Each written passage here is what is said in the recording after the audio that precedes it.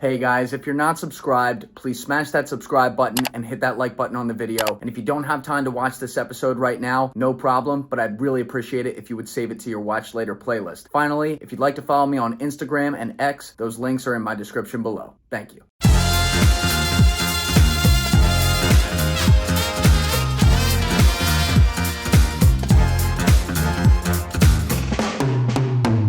Dr. Nay, thanks for coming in. Yeah, I'm happy to be here. It was quite a trek. I had to take a train. Where'd you take a train from? From Connecticut to the city.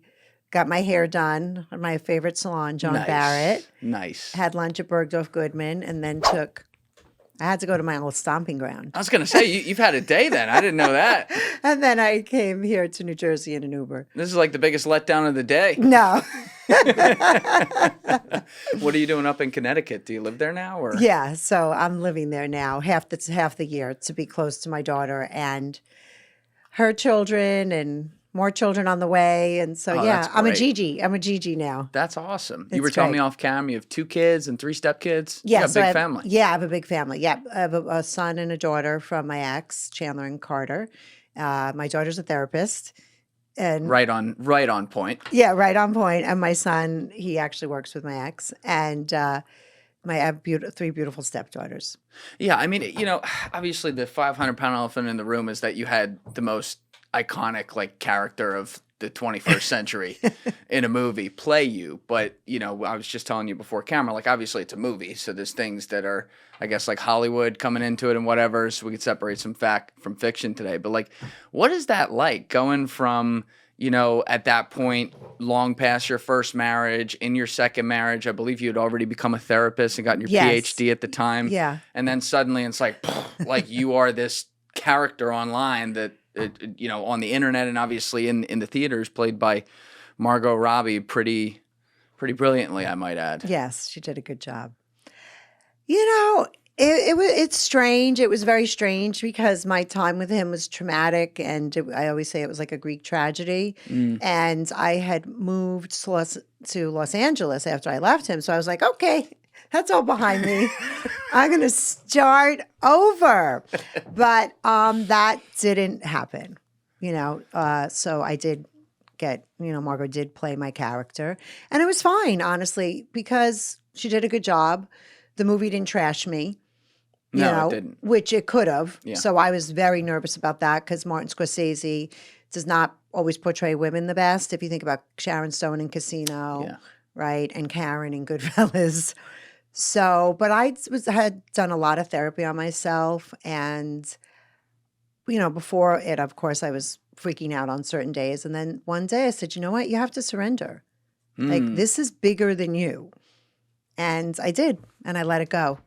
And then it turned out okay. It turned out great. Yeah, it does. Because also, you have your kids, too. How old were your kids at the time of the movie coming out? They were really impressionable. And that was really my main concern was, I have 2 concerns. Who the hell's going to want to come to me for therapy once they find out that the Duchess? And then the other one was my children, of course. But they really well-adjusted. And I had already, Jordan and I were very open with them about everything. And we had all processed a lot, so they weren't shocked. They weren't like, oh, this is my dad. They're like, yeah, that's my dad. So that was helpful. Yeah, I mean, I'm just thinking about it because this was kind of a mistake at the time. Didn't really think this one through, but I saw the movie in theaters with my mom. Oh, no. Yeah, so I think we got to about the first scene, and I already felt the side eye. I was like, oh, boy. So I was thinking about, you having to see that. But yeah, I guess, also there's drugs that were in the middle of this. He had a problem with that. Right, so that correct. leads you to do a lot of crazy things, maybe exacerbates some of your not as good qualities as well. Yes. So there's some understanding there from the kids then. Yeah. And, Jordan and I have always made a decision to really be there for our children together. And so we took our son to see it. We had a private screening. I had 2 private screenings at Paramount, one with my current husband, John, and then Jordan and I took our son. And so in one of those scenes, probably where your mom gave you the side eye. Which one? I said to him, I think I took my son's head and put it down. And he goes, Mom, if it's not you, I can look. Yeah, there's a few in there I could think of. Yeah. But yeah. you saw it with Jordan and your son at the same time. Yes. So you got your ex in there, your kid, and you're watching this movie about your life done by Martin Scorsese and Leonardo DiCaprio. That's got to be pretty surreal. It was that's exactly the word I used when I first sat down with my husband. I was like, okay, let's buckle in.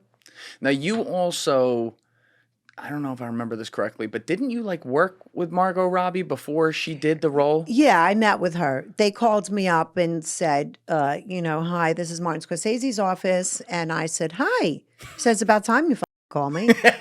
You're going to make a movie about my life and you haven't called me? And I said, I'm not going to sue you because I wouldn't let them use my name. Because I was like, I make no money. I have no creative input.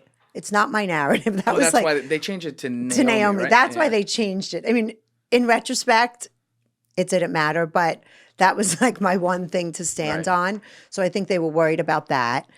And I said, I'm not going to sue you. I'm just really concerned about my children. And so she was very nice. I forgot what her name was, Emily maybe. And she said, will you meet Margot? She wants to get your accent. And I was like, this accent? Okay. And so they would have flown her to LA, but I was going to New York to take my daughter to college. So you want to talk about a surreal day. You drop your daughter off at college and then you go meet this woman who's going to play you. She had to be like 20 at the time. She was 22. Right? She was my exact age when I met him. Oh, wow. Yeah. And she's Australian too, and she's got to get this like very Brooklyn thick drawl down. Yeah. And she was so sweet and lovely, and that's good. That was the beginning of her career, so she was very humble. And now, had you seen the script or anything yet? Did you know what they were adapting? Listen, he had written the book. Yeah. Right, The Wolf of Wall Street. So what did you think of that? I mean, I had a lot of emotions when he first sent it to me. I called him up and I was like, what? Like I screamed at him. Like, what the is this? This is insane, And he's like, no, it's going to be fine. I did it for us. And I'm like, you didn't do it for me. I'm living, remarried, but okay. He hit you with the I did it for us. Yeah. I did it for us. I did it for us. I was like, I don't think so. But okay. And then I was like, and a lot of these scenes aren't true. Like, I never threw water in your face. And he's like, it's good for the book. It's good for the book. And so then I threw myself on the bed and cried hysterically. Oh, man. And I had my Mad Lucia moment. And my husband came over and he goes, get up. It's just a book. And I was like, okay. And so I allow myself to feel those feelings. Yeah, of course. I don't repress my feelings and push them down. And then I didn't know it was going to be made into a movie. So. Yeah, I mean, obviously, like, they did it from a comedic lens, too, yes. and that's his style. And that's the way he writes it, yes. But it's still, like, it was your life. Like, I can't really imagine putting myself in your shoes and trying to, like, I don't know, read, like, a comedic way that this is written, but also know that, A, some of it is not how it happened, and B, like, there's people like you and your kids caught in the middle of this. You know what I mean? Yeah. Yeah, no, it was really, it was challenging. But again, because I've been in therapy so much and I process everything, and I'm a very optimistic person in general. Nadine actually means hope. Really? Yeah. So I'm just like built like that. I'm very resilient, I think. Where did that come from? Like as a kid or just always? Yeah, I think I was born with a very agreeable, organized temperament. And then I was raised by a great mother in Brooklyn. It was so much fun to live in Brooklyn in the 70s. Like kids played on the street, So there weren't hipsters running around? No. Like it was just like there was no telephone, there was no iPhones. There was a lot of free play. And so I grew up, on the streets of Brooklyn. And I think you develop a certain resilience from that. Yeah. There's no helicopter parenting. No. No. My mother wasn't driving me with orange packets to softball, right? I walked 20 blocks, slid on the concrete into home base. Builds a toughness into you. Yeah, it just does. And so. Was your dad around too? Or? Yeah, my dad was like a true Disneyland dad, in and out. Because my parents got divorced when I was 6. But he was around, literally taking us to Disneyland. And then I wouldn't see him for some time. So you didn't have like that close a relationship with him? Is that fair to say? Or? Yeah, my main attachment was to my mother. Right. But I didn't have a bad relationship with him. Okay. You know, it wasn't. My parents were very loving, kind people.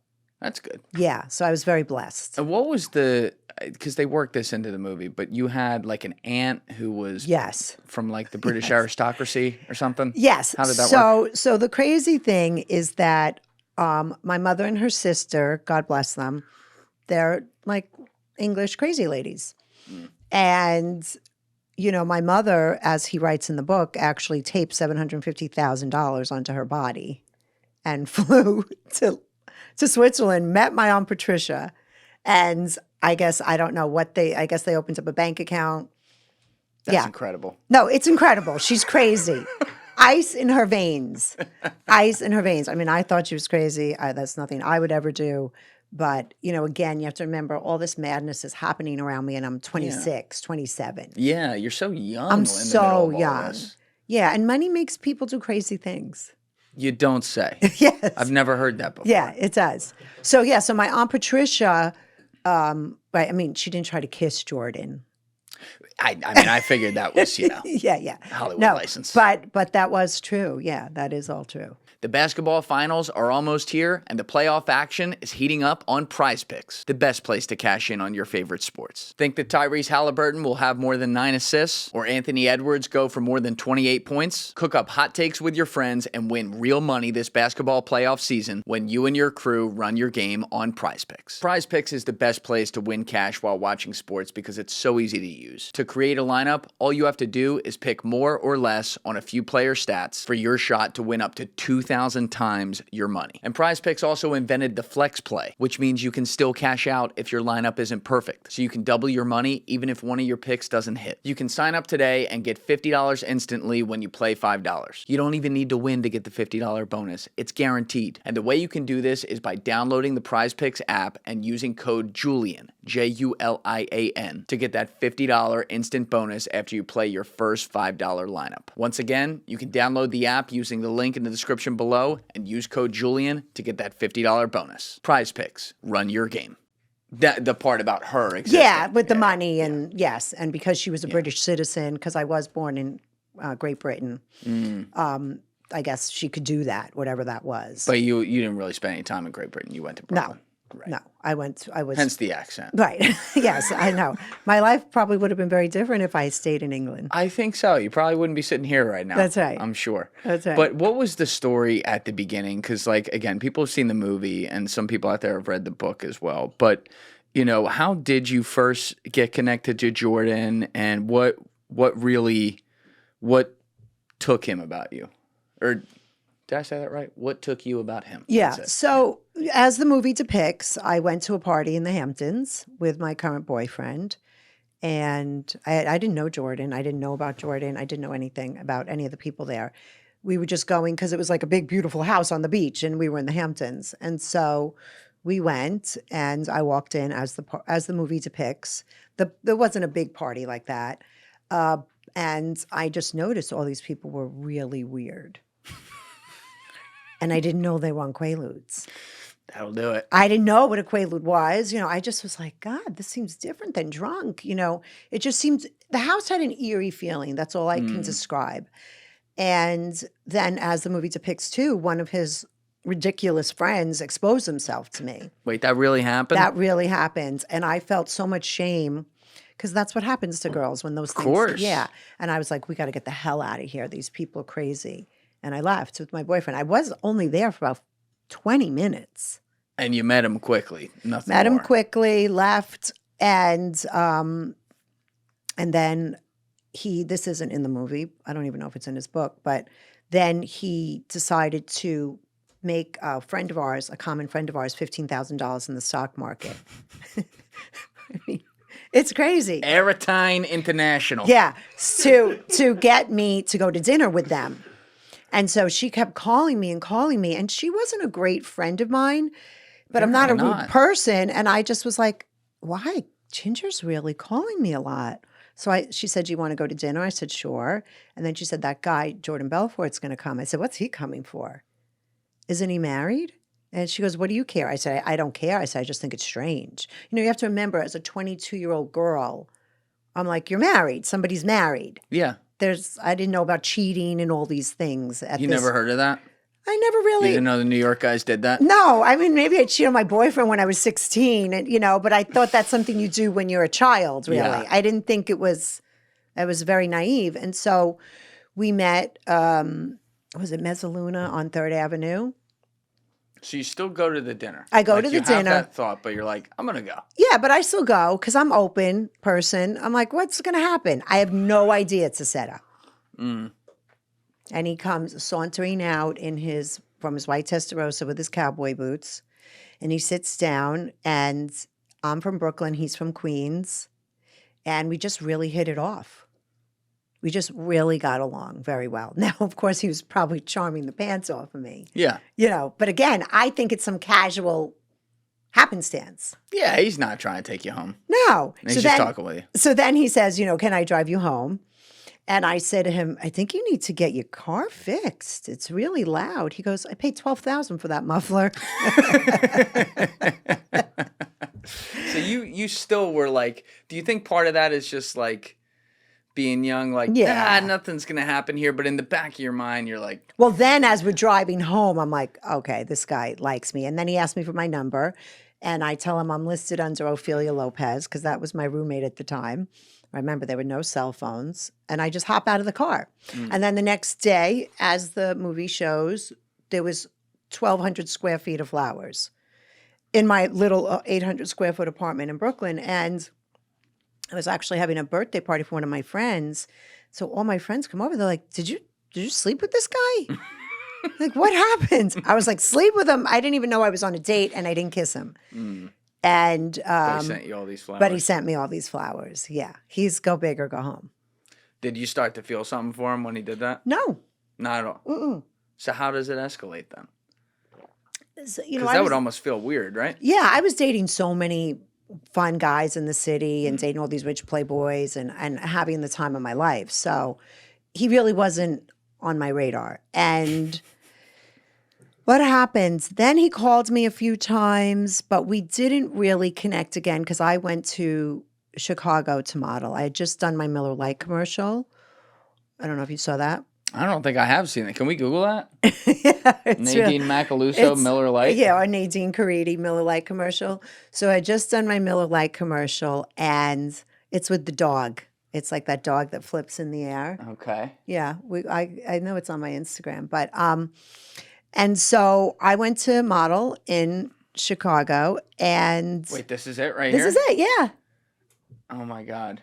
Yeah. Oh, wait, probably no audio. This feels very 90s. There I am. Oh, my God. And then you'll say, yeah.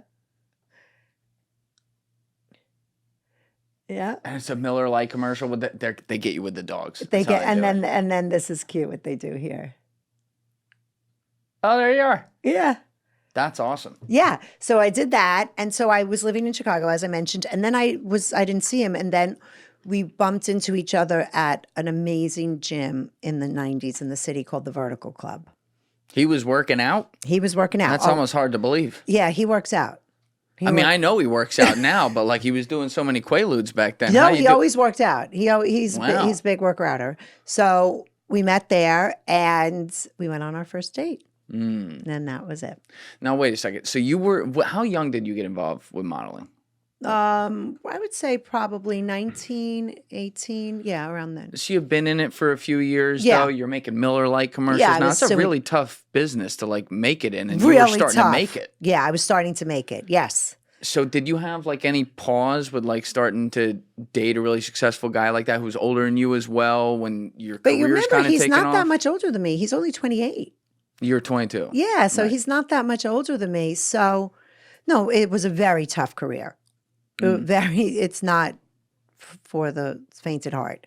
It's very tough. You're going up against the most beautiful women in the world, and I was shorter. I'm only 5'7", so that's why I did a lot of commercials.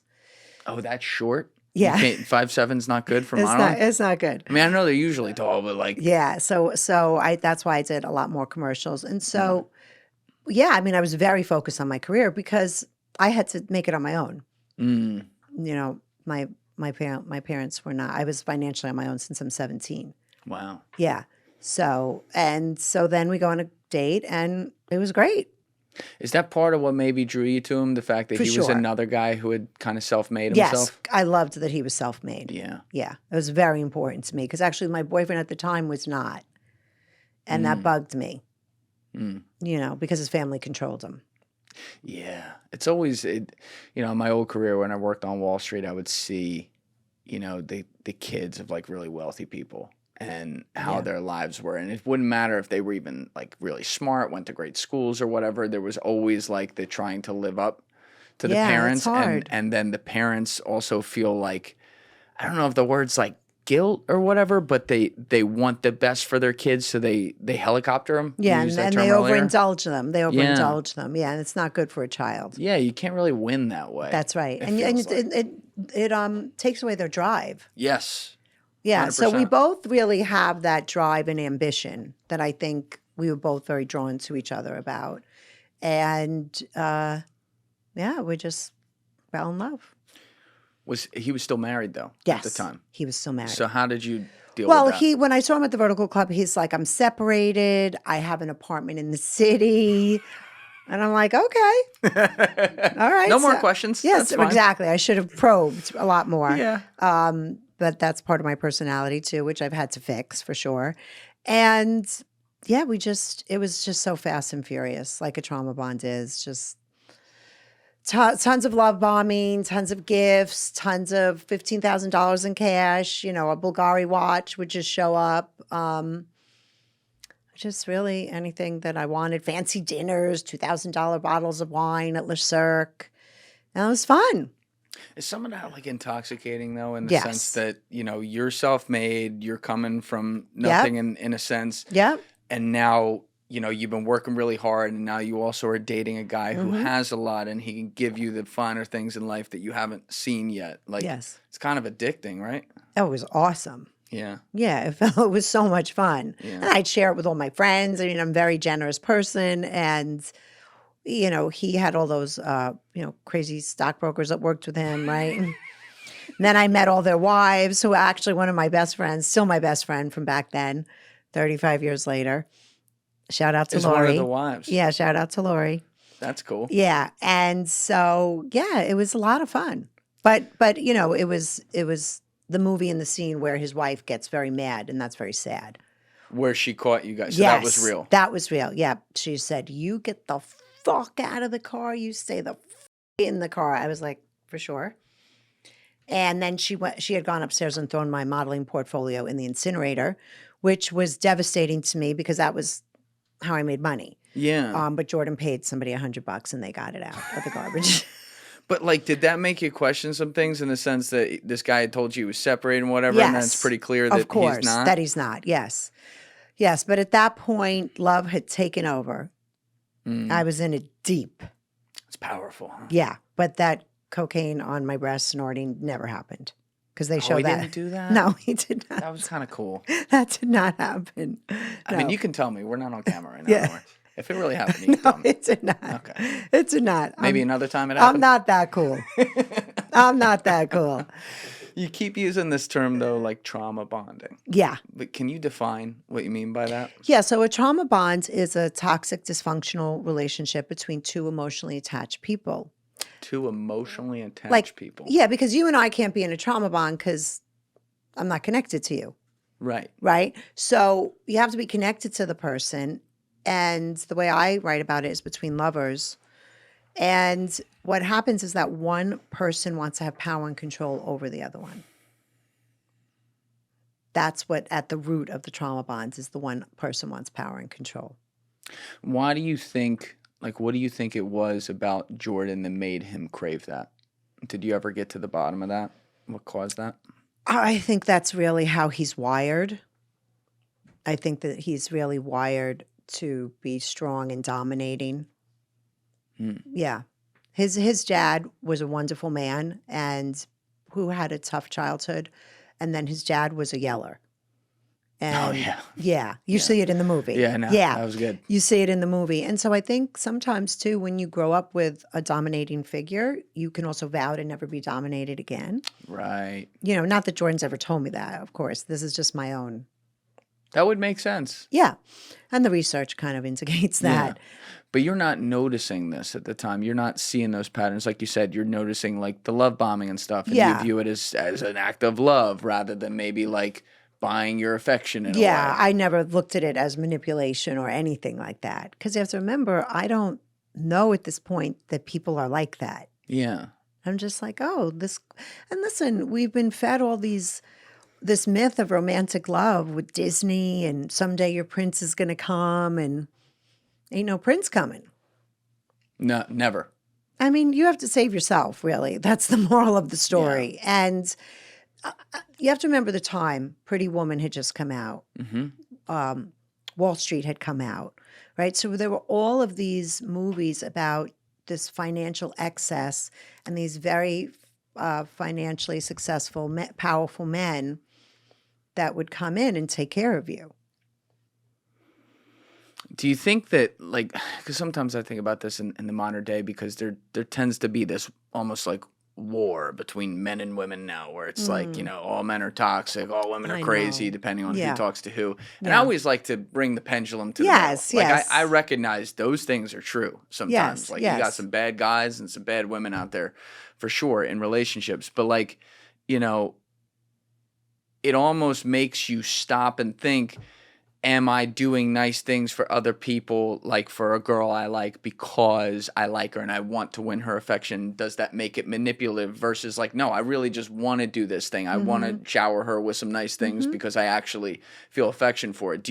Obviously we see how it went with your relationship, but you know, as someone who works with people now, like, do you see scenarios where some things like that happen and it's not necessarily manipulation or like a power dynamic? Oh, sure. Yeah, because it's all about the intention, right? Yes. It's all about the intention. So, you know, I've seen my son do very nice things for his girlfriend. He's a caretaker. I don't think he's doing it to manipulate her and have power and control over her. Do you think that any of obviously like Jordan wanted power? We see that. Yes. But do you think there was also like an intention of actually at the same time of trying to be nice too? Yeah, I think that's how he shows love. Yeah. I do. I think that's how he shows love. He's very generous. Gift giver. Very, very generous. And so your love language is also gift receiving. Definitely. Okay. Right. What is mine? Wait, I have acts of service and gifts. That makes sense. Yes. Okay. You like people helping you out. I do. Which makes sense coming from a mother that was, you know, I was raised in a home with a single mother. Yeah. Right? So I had to be very self-reliant and do a lot of things on my own. Yeah. Yeah. Did you see was your mom dating other guys when you were growing up? Yeah, she was. She did. Yeah.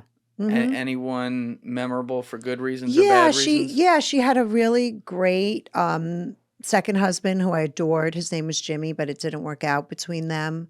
But yeah, no, she did date. She did date because she was young when she had me. She was 19. Yeah. Oh, wow. She was that young. She was that young. So I asked that because it's like, were the things you kind of, even if it was later on while you were trying to evaluate your own relationship, that you picked on from a positive or negative lens from some of the relationships you observed growing up? Yeah. You know, that your mom was in, that you then later related to you? You know, the interesting thing is that I think what the issue was, I didn't really have a strong male figure. Right. So I didn't even really have a good barometer of what was normal and what wasn't normal. And my dad was a gambling addict.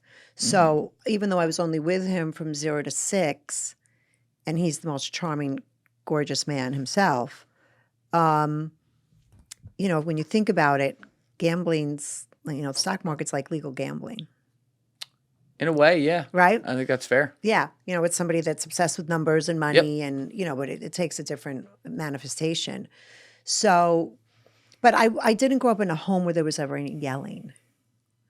So my parents, like I said, were very loving and kind. And my parents never said cruel things to me, right? So when I meet Jordan and that starts, and nobody ever dominated me like that. Right. I'm like, what's happening?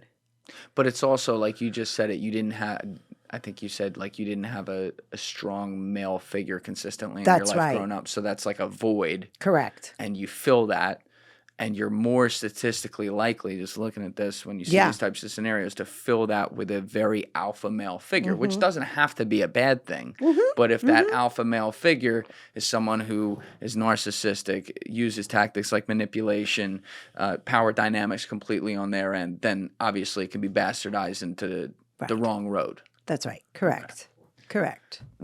So you guys had kids when? In like your mid-20s? Something like that? Yes. Yes. I had my daughter, I was 25, and my son, I was 27. So even right before that, when you go to get married, obviously you said you were just very in love with him and everything.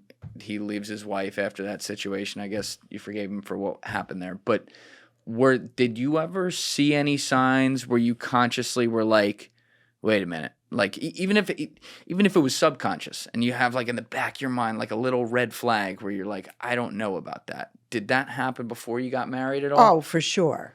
A lot. How so? Well, like I said, he was very dominating. So there was, he would say to me, if you're not going, let me think about how to say it. If you're not going to marry me, I'm not going to date you. If you're not going to have children right away, I'm not going to marry you. Oh, wow. Oh, yeah. So, no, it was. He set expectations. I'll give him that. He did. And I was like, I don't want to get married. And my parents got didn't wanna get divorced. married. No, my parents got divorced when I was young, and I wanted to wait till I was 30. I was 23. I was like, I'm 23. I'm in the city modeling. We're having so much fun. Why do we have to get married? So we'd have fights about that. Then I acquiesced. Did you fear marriage because of what happened to your parents? I didn't fear it, but I just wasn't, I knew I wasn't ready for it, right? I just knew I was smart enough to know that. And I've always wanted children. I love children. But I knew I wasn't ready for children. And so, but it was his way or the highway. Debt doesn't just show up one day. It builds, little by little. Credit cards, car loans, medical bills, and suddenly you're juggling payments, feeling stuck. But here's the good news. You're not stuck. You just need a reset. At American Financing, they help homeowners like you every day. And they do this by using your home's equity to roll that high-interest debt into one simple, affordable payment. They're currently saving homeowners an average of $800 a month. No judgment, no pressure. Imagine breathing again, sleeping through the night without worrying about what's going on and knowing that your future is yours to shape. That future can begin with one call, and it only takes 10 minutes to get started. With American Financing, there are no upfront fees, so it costs nothing to find out how much you can save. And if you start today, you may be able to delay your next 2 mortgage payments. American Financing's salary-based consultants are ready to listen and ready to help. You can call American Financing today at 888-991-9788. That's 888-991-9788. Or you can go to americanfinancing.net/Dorey. That link is in the description below. Take back your peace of mind with American Financing. And so you gave in to that. Yeah. Oh, yeah. When you got married, you said 25, 26? No, we got married, I think I was 23. So I met him at 22. Oh, it was fast. 6 months later, we were engaged. 6 months later, we were married. That escalated quickly. Yeah. You Fast did- and furious. Yeah. So you said, though, like some of those red flags are coming up in the forms of him setting expectations like that. But there's something in you that wants to appease him. What do you think that was? Yeah. Well, first of all, I score very high in agreeableness. So I'm a very, which is a big 5 personality test trait. And so, first of all, I think I've been conditioned to say yes as a woman, right? So let's just start with that. Plus, I think it's my temperament. Plus, I'm madly in love. And I don't know about coercive control. I don't know about power trips and domination. And I'm just like, he just loves me. Yeah. He just loves me so much. What do you mean you're conditioned to say yes? You believed you were conditioned to say yes? I think in society, especially in the era that I was brought up in, it was like women are supposed to be very relational and be good girls, and people please. Listen, here's the thing about people pleasing. It's a great tactic. It works. It's just unsustainable and you end up self-abandoning. Yeah. It doesn't, you end up getting undervalued. Yeah. Especially Yes. beyond relationships, like in the workplace and whatever. If you're just agreeable Yeah, all it the doesn't time. work. Yeah, you can't break And it's through. not healthy. And also it's not authentic. Right. So now I know that, but back then I was clueless. And I just was like, oh, he just loves me so much. Okay. So I'm going to get married to him, check. Yes. And then he's Yes. like, we're going to have kids And right then, away. Yeah. And then, yep. Mm-hmm. Yeah. Now, you said you loved kids. Love kids. So even if it wasn't on the timeline you wanted, I would imagine you're pretty excited about that. Yeah. And the thing is that I'm actually thrilled that I had kids young now because I get to spend more time with my children on the planet. That's cool. So it all worked out. Yeah. But again, at the time, those were my values. These were things that were really important for me that got taken from me. Yeah. And, you know, I do a video about this on TikTok where I talk about the night before our wedding, we get into a rip-roaring fight because I'm pregnant, because I got pregnant before my wedding. How long pregnant were you? Like 4 weeks. So I'm pregnant. So he has everything. I'm pregnant. He's getting married, and he's wasted the whole time. And I'm furious. And I'm like, are you fucking kidding me? I'm giving you everything you want, and this is how you're behaving? Yeah. And that was the night before our wedding. And then I had 250 people coming to the Maliahana Hotel in Anguilla. So I was like, okay. So there wasn't like a pause, like, wait a minute. There should have been. There should have been, but There there should wasn't. have been. There should have been a big pause there. But also, you know, obviously he shouldn't be wasted the day before your wedding and Yes. everything. No questions asked about that. But like devil's advocate at the same time, you know, you're getting married. It's going to be amazing once it's happening, but it's also like a very stressful time leading Yes. right up to it. You got a Yes. destination wedding. Couples disagree on stuff. So in Yes. like your defense, it's like, all right, I'm from Brooklyn. He's from Long Island. Like, you know, Yeah. we get in some fights once in a while. I don't know if that in and of itself would be like the red flag. It's more the context of where these fights are always coming from or what's Right. causing them, right? Yes, it's more, exactly. It's more where the fights are coming from, where I'm giving in. And you have to remember, when I'm talking wasted, it's not like a few martinis, Right. you know. It's Quaaludes. Yeah, so it's sleep. Yeah. It inevitably ends in sleep. Yeah. I didn't even know about that drug when that movie came out. Oh, you didn't? No. I'd never heard of like, let's go do ludes or something. It's like, I had to like Google that. Like, what's a Quaalude? But that was the thing then. Yeah, that was the thing then. Yep. Well, for all those guys, it was. Did you ever do them with him? Yes. What was Yes. that like? It was great. It was great. It was great, but I did one. Right. I didn't do 10. Right. You know, that's just not my personality. So, well, because it just makes you feel like you're drunk, but you don't get a hangover and you don't gain weight. That's why they became illegal. Oh. Right. That's convenient. Yeah. So that's because they're almost too good. Right. So he's popping 10 ludes the day before your wedding. You have a fight. You get over it though. Yes, I do get over it. I have 250 people there. I show up with a smile on my face and we get married. Do you have like happy memories of that? Like, can you look back on that and be like, all right, there was good there? Or is it all like, Jesus Christ, why did I do this?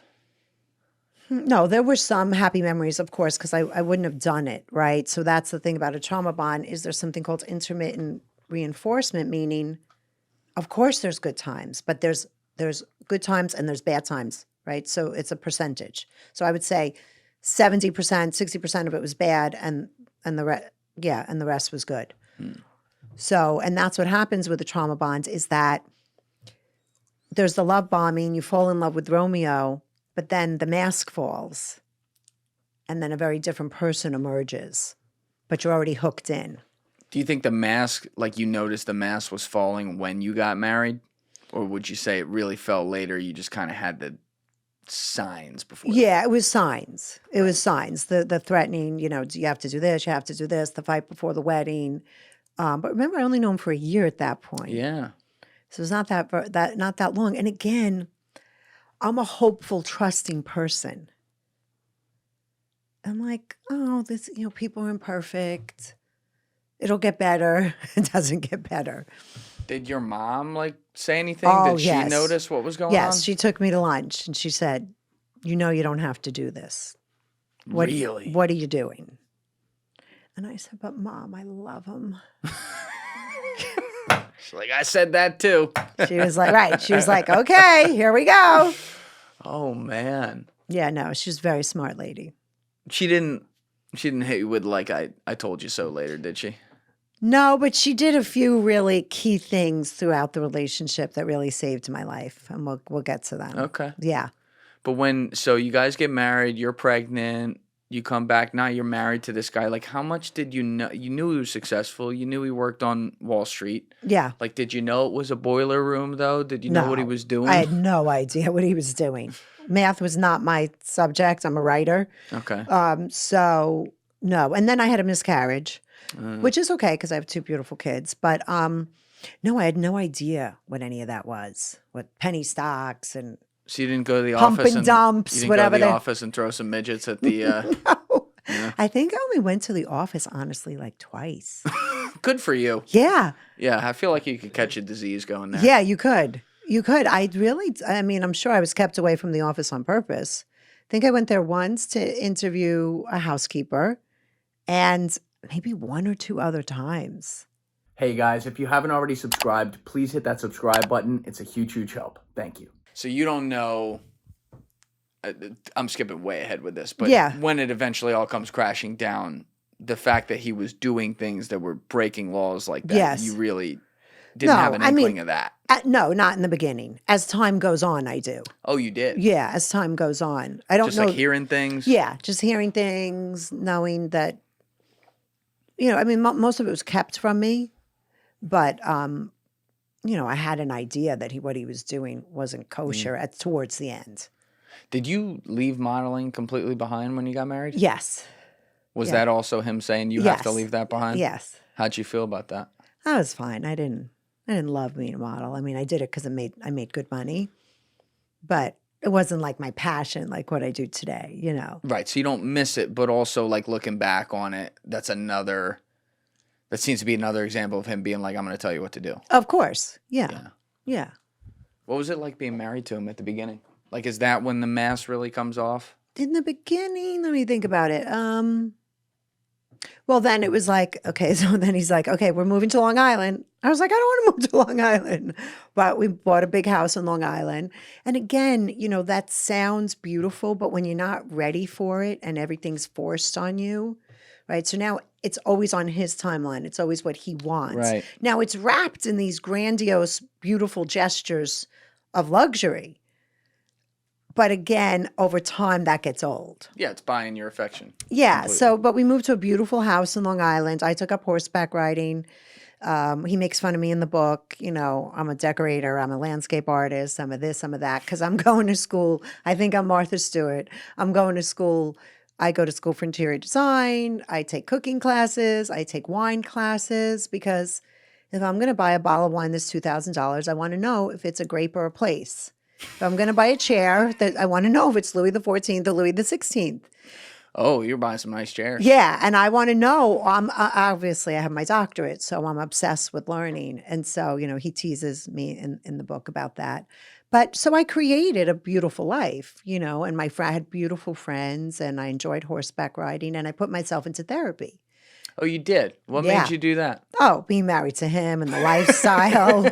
I was like, there is no way I can handle this on my own. I mean, I was smart enough to know that.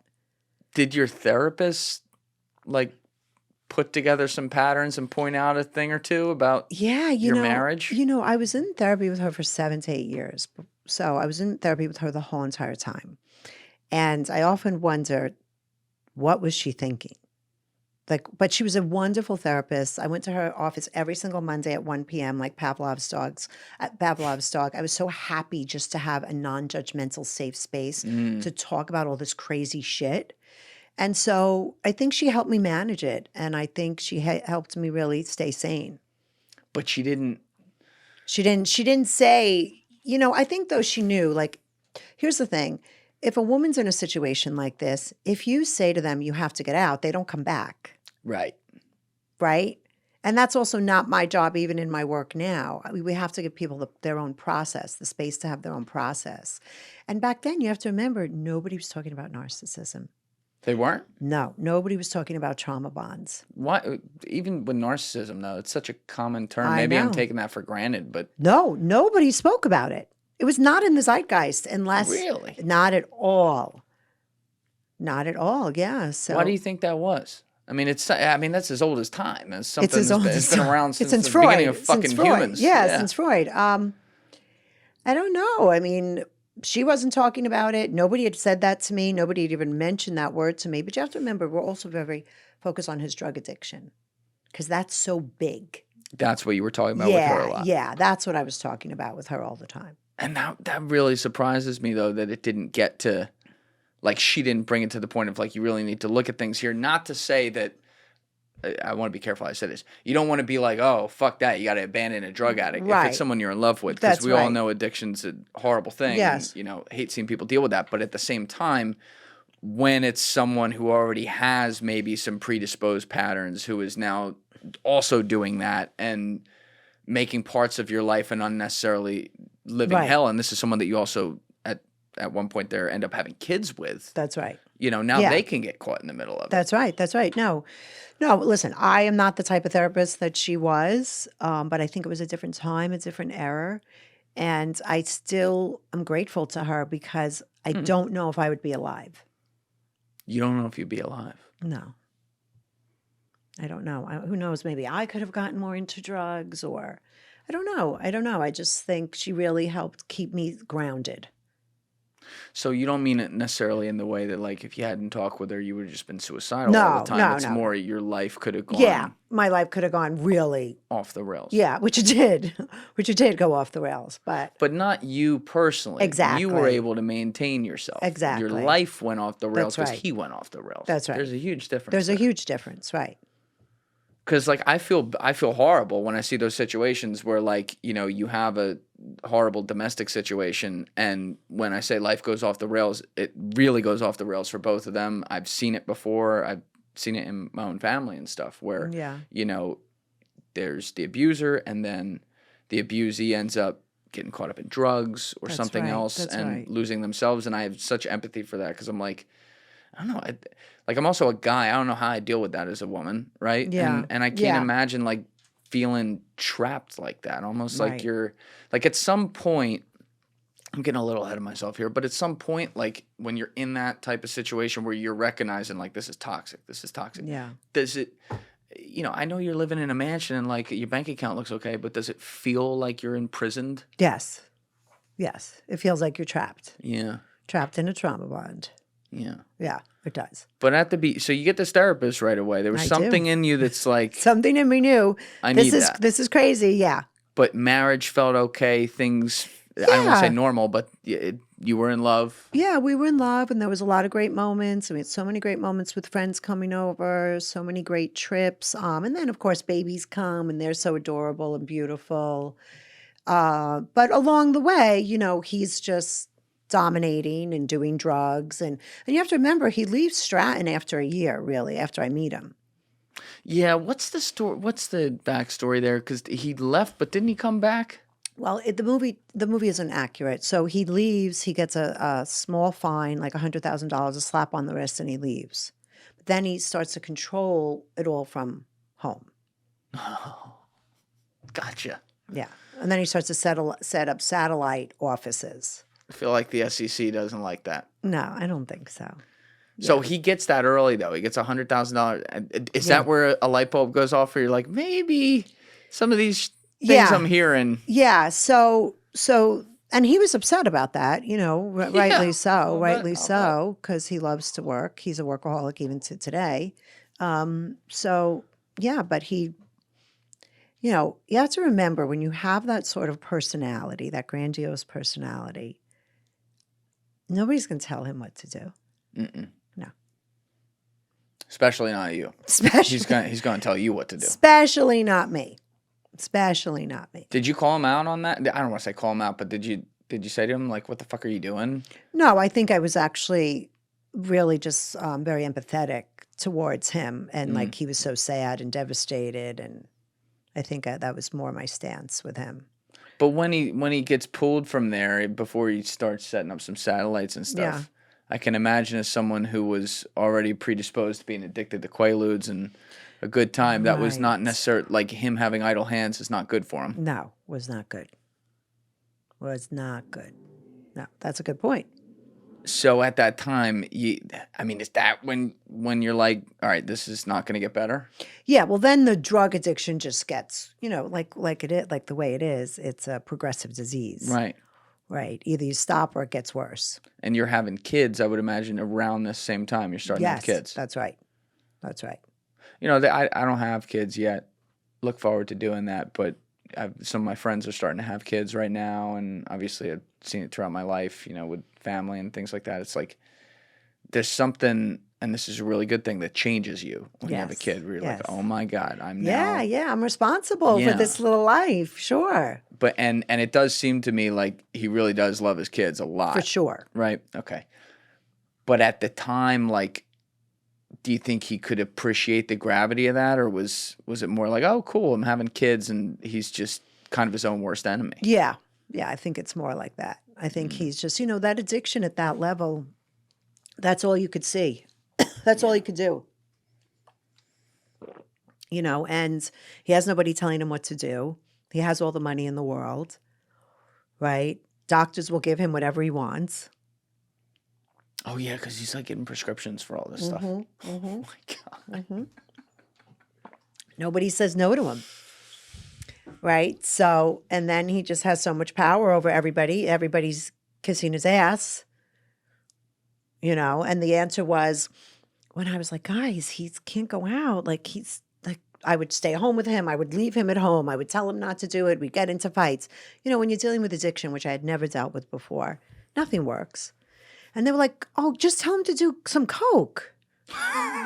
I'm like, that is not a solution. Bring him back up. Yeah, bring him back up.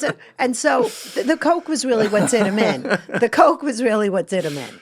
Yeah. Yeah. Kind of par for the course with Wall Street and stereotypes, I guess. Yeah. And that's when it got really bad. And I was like, okay, this is done. Did you confide in other people besides your therapist? Like, are you talking to your mom about this? Yeah, I'm talking to well, he would be stoned at family dinners. Oh, yeah, that's not great.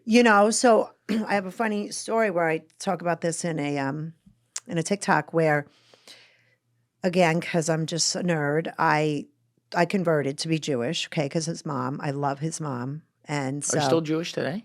Well, yeah, but I mean converted, so I'm still Jewish, right? Even though I'm wearing a cross. So that's why I'm asking. Yeah. So I cook all this, like I make matzo ball soup from scratch. I make gefilte fish from scratch, and I set the table beautifully with Cristofel china and puifacat silver and these linens. And so I set it always for everybody. Everybody comes. And we're all sitting around the table. I guess it was probably Rosh Hashanah.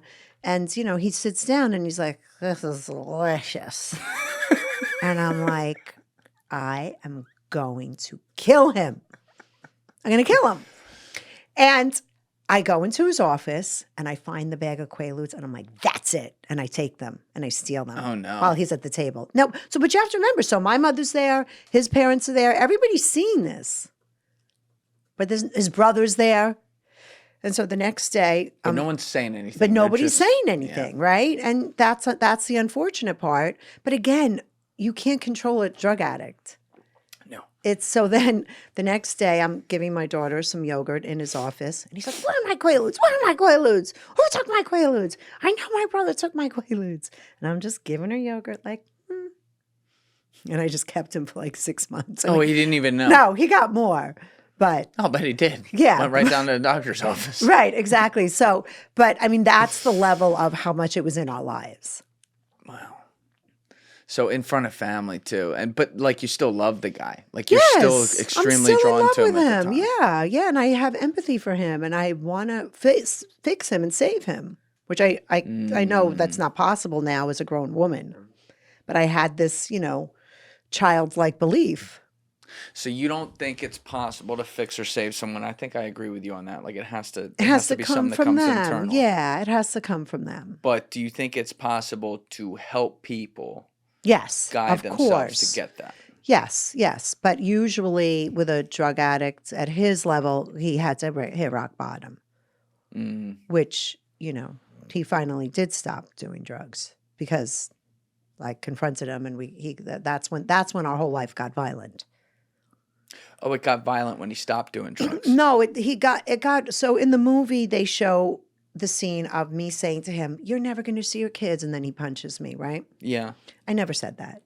I mean, you're meeting me now. Do I seem like somebody that would say that? I don't think so. No. I haven't seen the Brooklyn come out, though. No, so. I wouldn't say that. So, but I did say to him, and this isn't in the movie, he's probably in the book, though. I say to him, if you don't go to rehab, I'm leaving you.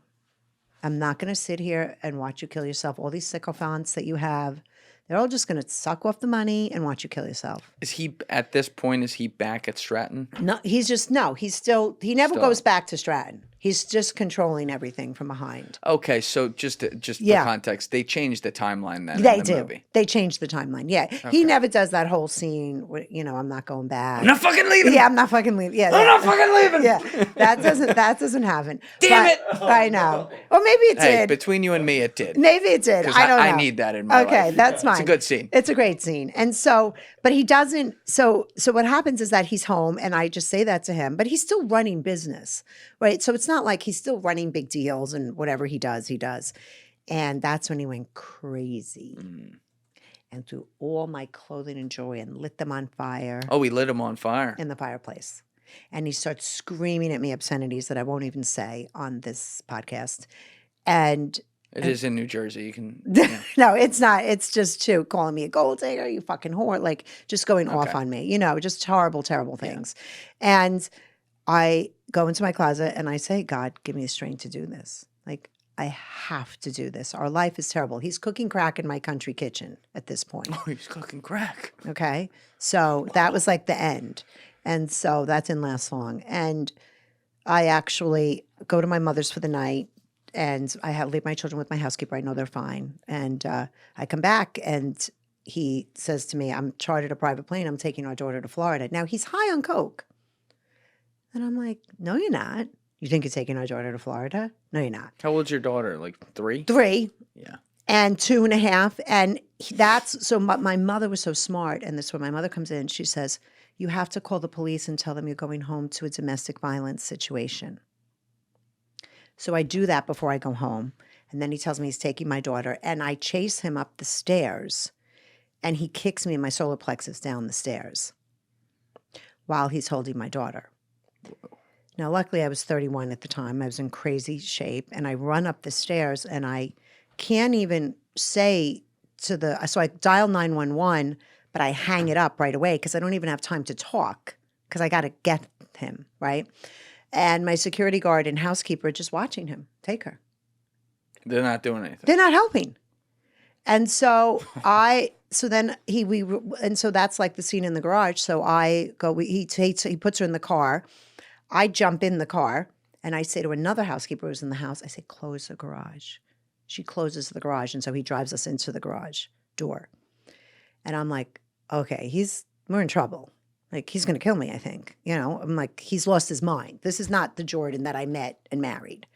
Drugs has taken over. But luckily, because I had called 911, as soon as I said to my housekeeper, take Chandler to the back, took my daughter to the back, and then the police came, and he got arrested. And then he did go to rehab and get sober. But had you made up your mind at this point, I'm leaving this guy? I had, yeah. Yeah. But then he got sober for us. So then I'm like, okay, I'm going to stay with him. But at that point, there'd been so much damage to our relationship. Did you still love him? I don't know if love was the word. I think that the thing about emotional abuse and verbal abuse is we call it death by 1,000 cuts, right? That went on, and the power, the domination went on through my whole marriage. But there is something about being physically harmed that feels real. Yeah. Even though the other stuff I think could have been worse, actually. But that's a very defining moment, at least it was for me. And because now I'm like, you're dangerous. Like, I'm not safe with you. And you weren't writing him off as like, well, this isn't you because you're high on drugs. You're saying this is just what you become. Yeah, this is what you become. Yeah. This is what you've become. If you can behave like this is outrageous. I mean, this is, You have to remember, I grew up in a home, there was no yelling. Yeah. Right. So I'm like, I have no point of reference for this. And so he did come back for a year. And then a year later, he got arrested. And that's when I left. Now, you had said a little while ago that Yeah. you didn't think anything was wrong at first, but over the years you would hear some things and then you would think some stuff is wrong. Yes. What? First of all, like, what did you mentioned your mom taped Right. $750,000. Right. So that's like, okay, something, why are you having to do that to do that? Right. Right. So, but I don't understand what he's doing because I don't want to understand. And B, what am I going to do? But he gets arrested long after he technically left Stratton Oakmont. Yeah, years and years. But you said he was like still running the place almost like with shell companies on the back end. Were his charges based on the stuff he was doing through like the shell companies, or were they based on the stuff he did before he left? No, I think I don't know, but I know he got arrested on 11 counts, I think, of money laundering. It sounds right. I think that's right. So I don't know. That I'm sure had more to do with whatever he did with sending the money to Switzerland. Right. Okay. Right. And then I don't know how that worked with all those other companies. But yeah, so then, right, but then also it makes sense when you're doing drugs, you're not making sound decisions. Oh, yeah, 100%. Right. You're 100%. not making sound decisions. So that year he was sober. He comes back to you for a year after this whole event. Yeah. So you're still with him. Yep, I still stay with him. Yes. And then it's a full year after that year before he gets arrested, but he's sober for this year. So then it ends. He stops being sober. No, he's sober the whole year. The first year. Yep. Okay. Yeah, and then he gets arrested. Oh, I understand. Okay. Gotcha. Yeah, he gets arrested. And then I'm like, that's it. I'm out. Because he can't hurt me anymore. He can't control me anymore, right? So what happens in a trauma bond, there's a power imbalance. So what happened was that now the power imbalance shifted. Yeah. You have the leverage. Yeah. He can't have power over me because now he's got to deal with the FBI. And you have to remember when you're married to somebody who has a lot of power like that, he could say, I'm the drug addict. Right? People pay off judges. Yeah. Right? I mean, we live in a real world, and who's going to listen to me, really? So when he comes back and is sober, he had been physical with you, so you're not in love with him at this point. And this is obviously before he gets arrested.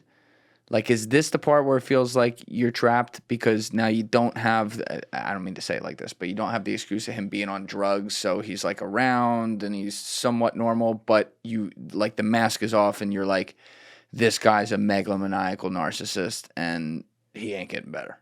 Yeah, I didn't use those words. I didn't know those terms at all, but I think it was more for me that was so hurt. Like the love was just shredded time and time and time and time. So I just fell out of love. If somebody's abusive and mean to you long enough, love leaves. Your kids, do you think, were they young enough that like enough of this kind of went right over their head? Yeah, they didn't really. That's good. Yeah. My daughter remembers that one day, but no, they don't remember any of it. Thank God. Okay. Yeah, that's a good thing. So the feds come in, they arrest them. You're not shocked, I guess, but the veracity, like I guess the depth of what they were arresting him for, was any of that like a surprise? Because it was a lot. I mean. Yeah, again, they come and he's already arrested. I think I had left to get my son's blanket from a friend's house. And so they come and they tell me, your husband's been arrested for this many things. And they're like, for money laundering, do you know what that is? I said, yeah, it's like what the mob does. Like, that's what I knew money laundering to be. Yeah. Like, well, not really, blah, blah, blah. And then the hard part there was that they took him away and I was left with the FBI for 4 hours by myself without an attorney. Are they like questioning you? Yeah, they're questioning me. Yeah, they knew I wasn't the mastermind, but they knew that I. Well, that's good. Yeah, they knew it wasn't me. But what I was always angry about was that he should have said to me, "If this ever goes down, this is who you call," and he never did. I should have never been left alone with the FBI for 4 hours. Do you think he was so into himself that he actually thought he was infallible and that would never happen, so that's why he didn't give you a warning? Maybe, yeah. Maybe he just never thought it was coming. I don't know. But so I was with them, and what was his name? Agent Coleman. He had visited one of my friends before this. And so they had me in the room for 4 hours and, you know, they were such jerks. I mean, they had a woman there to make me feel safer, but, you know, make no mistake, the FBI is not a group of nice people, right? They're not like a warm, fuzzy group of people. And so I was so pissed by the end of the night. And Coleman says to me, so what do you think of me? What'd you hear about me? I said, I think you're a fucking dick.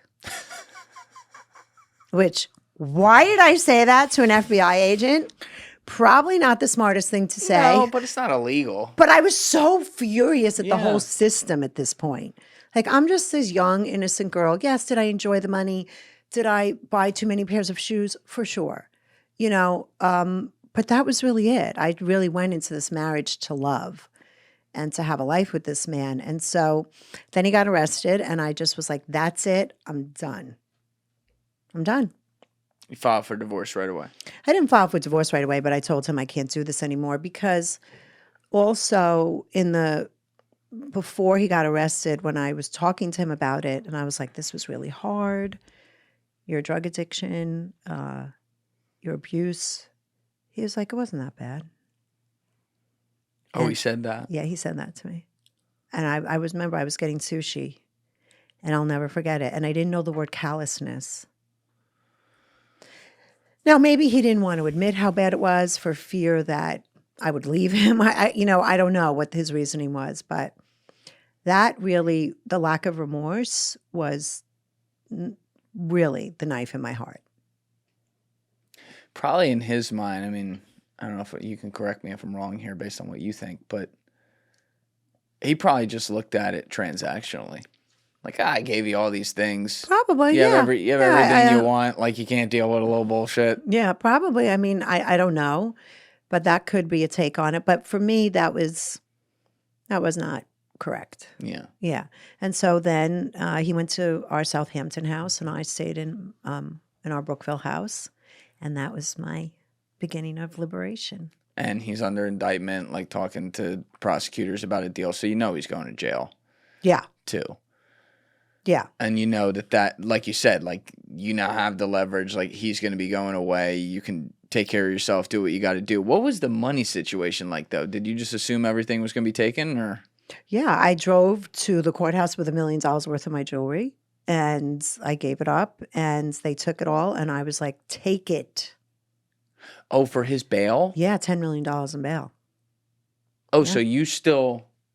Yeah. You were giving it yourself to bail him. Yeah. I'm not going to abandon him like That's that nice of on you. the courts. I'm not going to do that. I'm not going to be like, I'm taking the jewelry, I'm out. I might have been like, bye-bye. No, I'm not that type of person.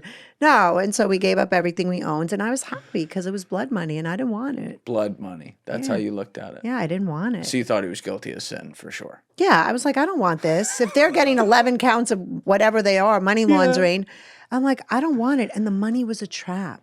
Yeah. The money didn't buy me happiness. The money did not give me any protection or safety, which I thought it would, right? So all the things that you think that money's going to give you, zero. So I just wanted to be free and calm and drama-free and peaceful. That was worth $1 billion to me. That's well put. Really well put. Yeah. I mean, people have like the quote, like, money can't buy you happiness, but it can help. If all those other variables are given up, I don't think it really helps at all. No. I mean, I'm living proof that it didn't make me feel any of those things that I thought it would make me feel.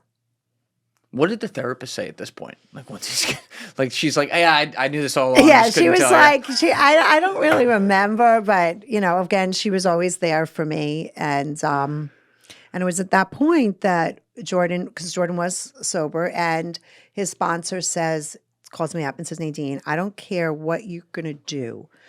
You're going to leave him, you want to date, but if you don't go to this place, you're going to marry the same exact type of guy or meet the same exact type of guy. Like, it was a psychological center. Okay. And I was like, no way. I called them up that day, checked myself in, and I went to a place called the Karen Foundation.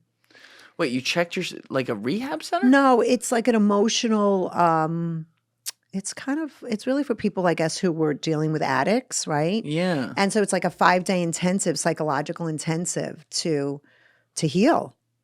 Wow. I Yeah. don't think I've ever heard. That's kind of a cool resource. Yeah, it's called Breakthrough at Karen. It's still there. Yeah. It's Karen Foundation is an amazing, amazing addiction center. They're all over the country now. The one I went to was in Pennsylvania. And it's just 5 days. Yeah, 5 days. So is this like just an intensive, like getting to the core of you need to recognize what happened here? Yeah, like how's I it work? didn't know that I could say no. I didn't know about boundaries back then. Nobody was really talking about boundaries. Now it's, everybody talks about boundaries. It's like every other word. But so I learned all these things. I learned about my family of origin. I learned about Your family of origin? meaning like, my mother had just survived and I was just surviving. I wasn't really thriving. Like today I'm thriving. Yeah. Right. Just learned about how to not I think the thing that they made my sentence be, my caretaking made my life chaotic, like my over caretaking. And so then I just really worked on that and all the strings that went along with it. And they did family role playing. It was an amazing, amazing place. And Wow. I'm sure it's even more incredible today. But that was the beginning of my new life. Yeah. But that's almost like an intensive, what's the word I'm looking for? Not therapy session. I mean, that's what you're Yeah, doing. yeah. It's obviously therapy, but there's another term I'm looking for. It's like an intensive retreat in a Yeah, way where you yeah. got to be like, hey, we're going to get to your reality. You're going to Yeah. go home a new person. Yeah. But like, this is not 2 months or 3 months or something. It's like 5 days. It's literally from 6 a.m. to 11 at night. They break you down and they put you into 2 different groups. And it was the best thing I ever did. Now, is that I mean, you were working with a therapist this whole time. So obviously like that Yeah. interest is there for Yes. a long time, Yes. getting internal and stuff. But is this a real turning point in where you get, what's the word I'm looking for? Like completely self-reflective as far as like recognizing all of the psychological patterns that had gotten Yes. the relationship to this point? Yes. Yes. It's the beginning of it. Yeah. It's the beginning of it. It's the beginning of it. They were like, you're codependent and he's an addict. Now in my research and studies, I don't necessarily just agree with that. I think there was a lot more going on, but that was a really great starting point for me to really start to heal. And because remember, when I'm in therapy with him, I'm just managing. Yeah. There's no healing going Yeah. on. So it was a great starting point for me That's to a heal. good way to put it, managing. Yeah. Yeah. Yeah, I was just managing. And so now I'm like, okay, never going to do that again.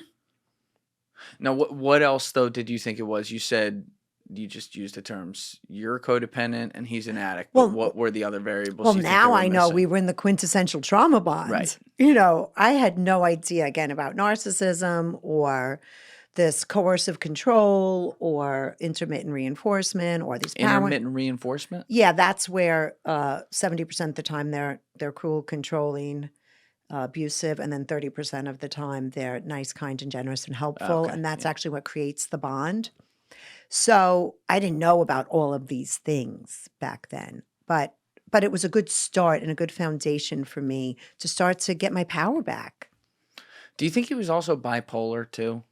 Because like these patterns, I'm not a psychiatrist, obviously, Yes, but yes. these patterns are, as you describe them, are reflective of like hot and cold, nice Yes. and mean, not really a lot of 50%. It's Not 0 a or lot of 100. 50%. Not a lot of 50%. I mean, probably, I would hate to diagnose him, Even today. even today. Good for you. Yeah. But so this like kind of starts your new life. Yeah. You Yeah. get your kids.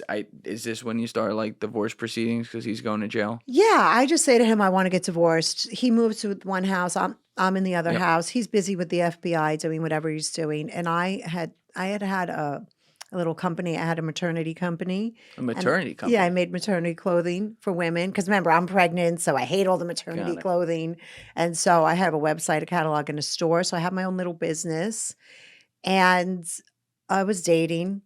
I was like dating Michael Bolton. I You dated. dated Michael I Bolton? did. Wait, so you rebounded with Michael Bolton? No, just for fun, just for a few weeks. And yeah, so you rebounded with Yeah. Michael fucking Bolton. a lot, a lot of men. I think a golf pro, the guy that owns Theory. Yeah, I was having fun, and then. Is that weird dating though? Like right away after being in such a long No, relationship? I was. Look, we have to remember, I'm 32. I know. Yeah, I'm ready to date. I haven't felt like I've been loved in years. You took a 5-day retreat and you're like, let's Let's go. go. Let's do it. And so I was dating and working really hard and raising my kids. And it was a happy, very happy time. And then about a year and a half later, I met my current husband And how did you meet him, first of all? on a blind date. Another kind of blind date. Yeah, another blind date, which is kind of crazy that I Yeah. did that again, right? Yeah. Yes. I mean, the last one, you knew the guy, though, coming. So Yes. it's like, what? But who set you up? My old business partner, and he had given my husband, current husband, is an amazing dancer, and he had given this girl's brother dance lessons for his bar mitzvah or something. Oh. So he knew her for like 40 years. And so he was living in California, and he was in the garment business too. And I said, I'll go out with anybody once. All right. Let's give it a whirl. And then that was it. Now, Very nice man.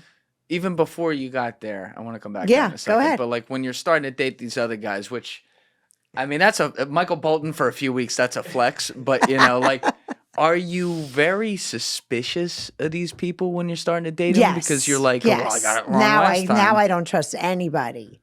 So now I went from being the most trusting Yes. person in the universe to not trusting. Yes. That's got to now- be hard to develop anything when you're like It is. that, It though. is hard. But now you have to remember, it's also not so much about trusting other people. It's also about trusting yourself. Because now I've gotten educated. I'm understanding myself more. I'm understanding relational dynamics a little bit better. I mean, compared to where I am today, I'm still green as hell. But I'm feeling, I love relationships. I love love. So I'm ready to fall in love, but I want to. You're ready to fall in love. Yeah, I'm very weary of falling in love, but I'm not against it. Okay. Yeah, I'm not against it. So it's not out of the question, but No. you're like, what could go wrong? Yeah, here? well, yeah. Well, now I don't trust people. Yeah. Okay. So you meet your now current husband. You've been married, I guess, for what, like 20 years, something like that? So this 23 years. This one's a successful marriage. 23 years, yeah. Okay. So what about him made you trust him? And how long did that take? It's, what made me trust him was when we've had our first fight, he said to me, "Oh, yeah, I get that. I hear you." And I was like, "What?" That's never happened before. I was like, "You hear me? You're willing to collaborate? You're willing to cooperate?" I couldn't believe it. What was the fight over? Something like, I don't even remember, but it was something stupid. It was Yeah. like where to go for dinner or something. I don't know. But it was, yeah. And I now I have a saying: if somebody can't hear you, they can't love you. Ooh, I might use that. That's pretty good. It's good. Yeah, I'll give you some creds on that. Okay. If someone can't hear you, they can't love you. Yeah. So you never felt like Jordan actually listened to you. You felt like he listened to respond Yes. rather than Yeah. understand. Yes. That's a good way to say it. Okay. So your new husband, when you're dating Mm-hmm. him, you felt like he actually saw you, understood you. Yes. Yes. That's interesting. Yes. That's usually like, when you break down anything in the world, not even just romantic relationships, any type of relationship, it never ceases to blow my mind how much the very first thing to go down in many cases is just communication. That's right. And then everyone else's flaws get exacerbated by that if That's they have right. them. That's right. But like, God, it seems so simple. But you get those wires crossed even once with somebody and it just... I know. Yeah. Yeah. No, communication's everything. And you have to be able, we have a collaborative part of the brain. And for some people, it's just not activated. And for his, it was. And he's very caretaking.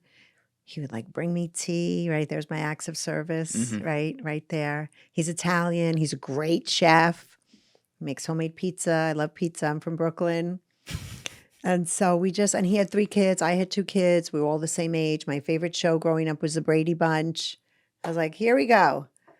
And he said to me, I live in California. Why don't you move to California? How long did that take? Like how you said you were ready to fall in love, but you were like weary of it. So what was the timeline About 2 on? years.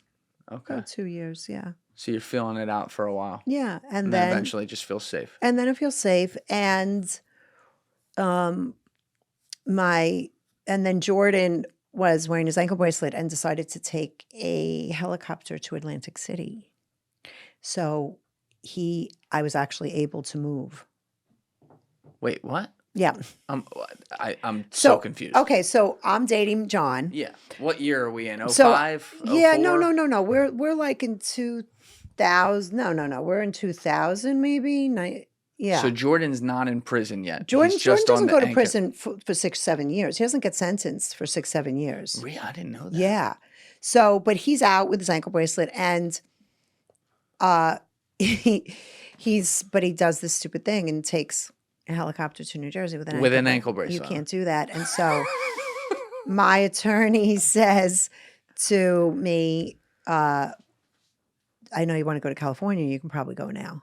Why couldn't you go? Because he's the dad. Yeah, because I'd be taking the kids. Yeah, and I was never looking to take his kids ever. But if he's going to be in jail before he's sentencing, which is really what happened, then the judge was like, "Tell her to go."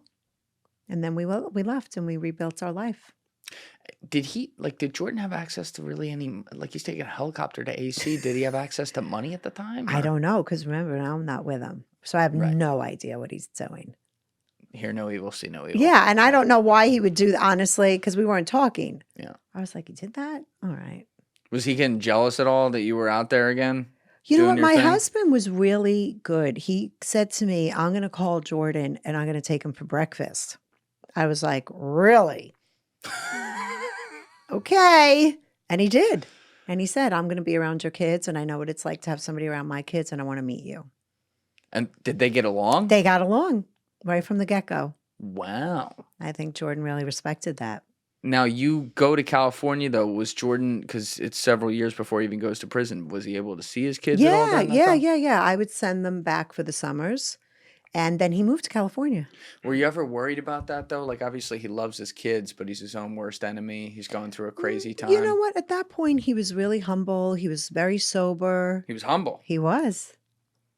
Define humble. He was different. There wasn't that grandiosity. He was into the simple things. He baked cookies with them. He'd cook with them. He actually was with them, doing things with them. Mm. And no, he was sober. And I always know how much he loved his children. That's a fact, 150%. And my sister was there. I had a lot of friends in Long Island. And I'm the type of mother that, I have children with this man. I have to respect that. Mm. As long as he's a good dad and they're being safe with him, it's not for me to play God, and be like, you get to see your kids like this, or that's not cool. I agree. But if there were ever a time where people would be understanding. Yes, they would be. But he demonstrated all, he was just really being a great dad. It's kind of crazy, though, like how crammed this timeline is, though, for you to get to this zen, because in a way, like, you're dealing with a progressively deteriorating marriage for 7-8 years, something like that. He's a drug addict. That makes it 10 times worse. Yes. He then gets sober, but it's miserable for a year. He then gets under federal indictment. He's facing fucking 40 years in prison if things go wrong. And like, you divorce him, you start dating, you find a man you love, he does something stupid, you move to California. Like, this is all happening. Like, that part, the end, happens so fast. Yes. And yet you're able to get yourself to a place where A, you can fall in love with it again, but also B, like, you can have the zen to step back and be like, you know what? He actually, I hated this guy in a lot of ways based on where it got to, but he does really care about his kids, my kids, with him. Yeah. And he's a good, like you used the words, like he's a good dad at that time. Yeah. He was a great dad. So, and I'm just not, I don't know. Again, if I thought they were unsafe, if I thought he was still doing drugs, But he was really a perfect citizen, except for the Atlantic City thing, you know, for that little moment. But because he's being watched, Yeah. right? So he's very calm, and You weren't worried about him going back to drugs, though? I really wasn't, because he's that type of person, you know. Once he makes his mind up, he's in it. Yeah, he's really like that. And if I saw any signs of that, then that wouldn't be the case. But then he moved to California 2 years later. Oh, To he be did? with them. Yeah, to be with them. All before prison? Mm-hmm. So Yeah. they let him move to California? They did. Yeah. How'd that work? I don't know. I don't know how he did that. By a judge? I know. I don't know. Maybe I really. There was some hesitation there. No, I don't really know. Honestly, I don't know. But I just know he did. He moved to California. And it was probably nice for him, too. Yeah. It was really nice for all of us just to start over. Yeah. Yeah. Now, how close was he to you out in California? 10 minutes away. Oh, that's dangerously close. Yeah, he was close. He was close. You Yeah. handled this so well. I'd be like freaking out. Like, all right, maybe an hour. That'd be good. Yeah, no, it was okay. You know, I knew, listen, I know how much I love my kids, and I know how important they are to me. And so he did that. And I'm sure he wanted to start over too. Yeah. You know, not be where everybody's talking about you. And because California, New York's pretty far. Yes. Yeah, it's very far. A few miles there. Yeah, and it's a totally different lifestyle, totally different way of being. And nobody knew. Like when I moved, nobody knew about any of it. Right. Unless I brought it up. Right. But it's not like if I lived on Long Island where everybody be talking about it. When you were like called the Duchess, like he would refer to that in the movie and stuff, were you ever, because of his high profile rich guy running around New York doing some crazy shit once in a while, was that like a public thing too, where you were referred that way when he was No. arrested? No. So that's just like that was like an inside joke kind of thing. Yeah. So you're totally anonymous Yes. out there. Yeah. There's no movie, there's no book. Right. There's nothing. Nobody knows anything. Yeah. Yeah. So it was great. Yeah. So he didn't go to prison until like 05? Something like that? Yeah, maybe 05, 06. I don't know, remember exactly. But it was a few years later. Yeah, probably 05. And Yeah, what that did he do? sounds Like 3-4 years? 22 something? months. Okay, so a little less than 2 years. But he had been with his kids as they're growing up before that. So how did you guys handle, like, oh, well, now he's he's gone for a little bit? We told the kids. We told the kids together. I don't even remember that. I think my kids probably remember it more than I do. But we did. We told them, and they visited him with my uncle and my aunt would take them. I think twice. You didn't take him to do it? Definitely not. Okay. Yeah. Not your scene. No. And that wasn't my place. That wasn't my place. But yeah, so, and then I restarted my life. Were you thinking at this time like you wanted to take your personal trauma and like actually make this into something where you could use it as an expertise? Was that already a thought? No, it was never a thought. Never. It was not a thought. I actually just decided around 38 that I was going to go back to school to become a therapist because I believe therapy had saved my life. Right. Yeah. Okay. So maybe I asked that wrong. That's kind of what I'm thinking. Yeah, like, but it wasn't like I wanted to help this population, okay. which is, that happens much later on for me. I just want to be a therapist to everybody. I'm not like, oh, I want to help women. I'm like, oh, I want to help Yeah. people with personality disorders, couples, anxiety, depression. And so I go back to school. And that's when he starts to write the book, or he had written the book. I don't remember. He might have written the book by then. Wasn't it like Tommy Chong Yeah. that told him to do it? Yeah, because he did it in jail. So it had to be like 2005, 2006. Right? I go back to school, I think 2007. Okay. And I got my master's. And then you have to do 3,000 hours to be a licensed clinician. 3,000 hours of. Face-to-face therapy Okay. to get trained. Wait, that's a lot of hours. That's a lot of hours. Whoa. That's a lot of hours. Yeah. That's a good thing, though. Yes, absolutely. Yeah. And then so I'm like, oh my God, I have to do this. I might as well just stay in and get my doctorate while I'm doing the hours. And then I did that. And then that's when, I think it was like, the movie came out in 2013. I finished my doctorate in 2015. Now, he writes the book. You had said this earlier in our Yeah. conversation. He's like, I did it for us. And you're like, no, the fuck you didn't. Yeah.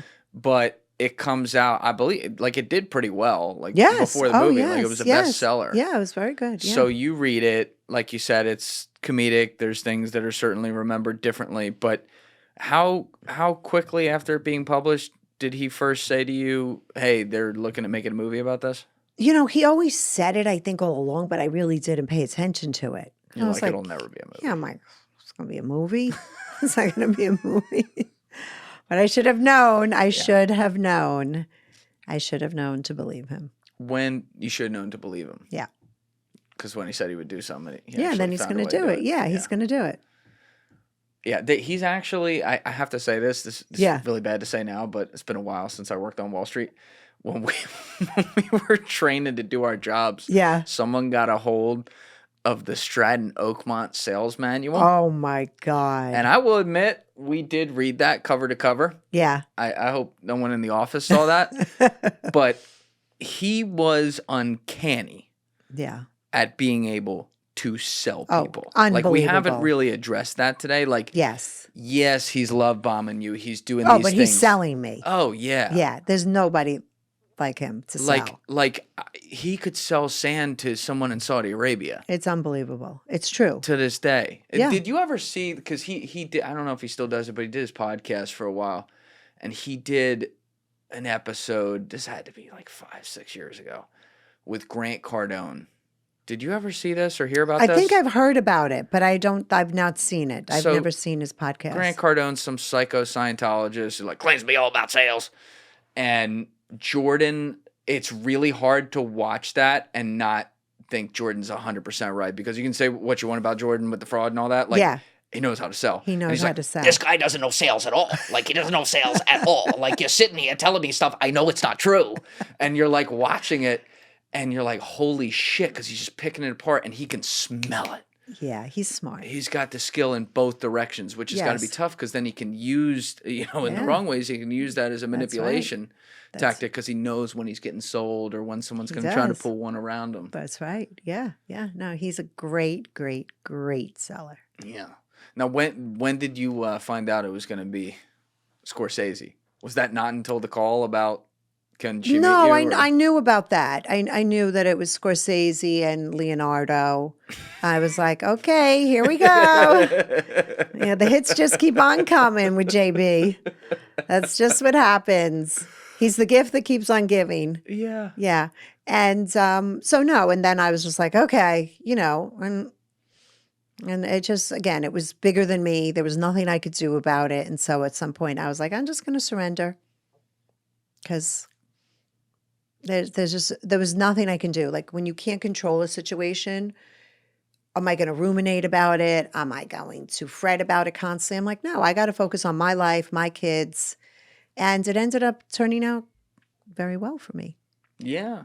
Yeah. And you didn't talk for years after this came out. Years. You didn't open up a TikTok till like a few years ago, I think, right? Till 2022. What made you, because again, like, it ended up being iconic. Everyone can think of these scenes right here. Obviously, Margot did a hell of a job like making this iconic. But, what made you suddenly, 10 years later or 9 years later, whatever it was, be like, all right, I'll come out and talk now. Well, one of my young patients, because I had my Instagram since 2017. And one of my young patients says, you have to go on TikTok. I'm like, I'm not going on TikTok.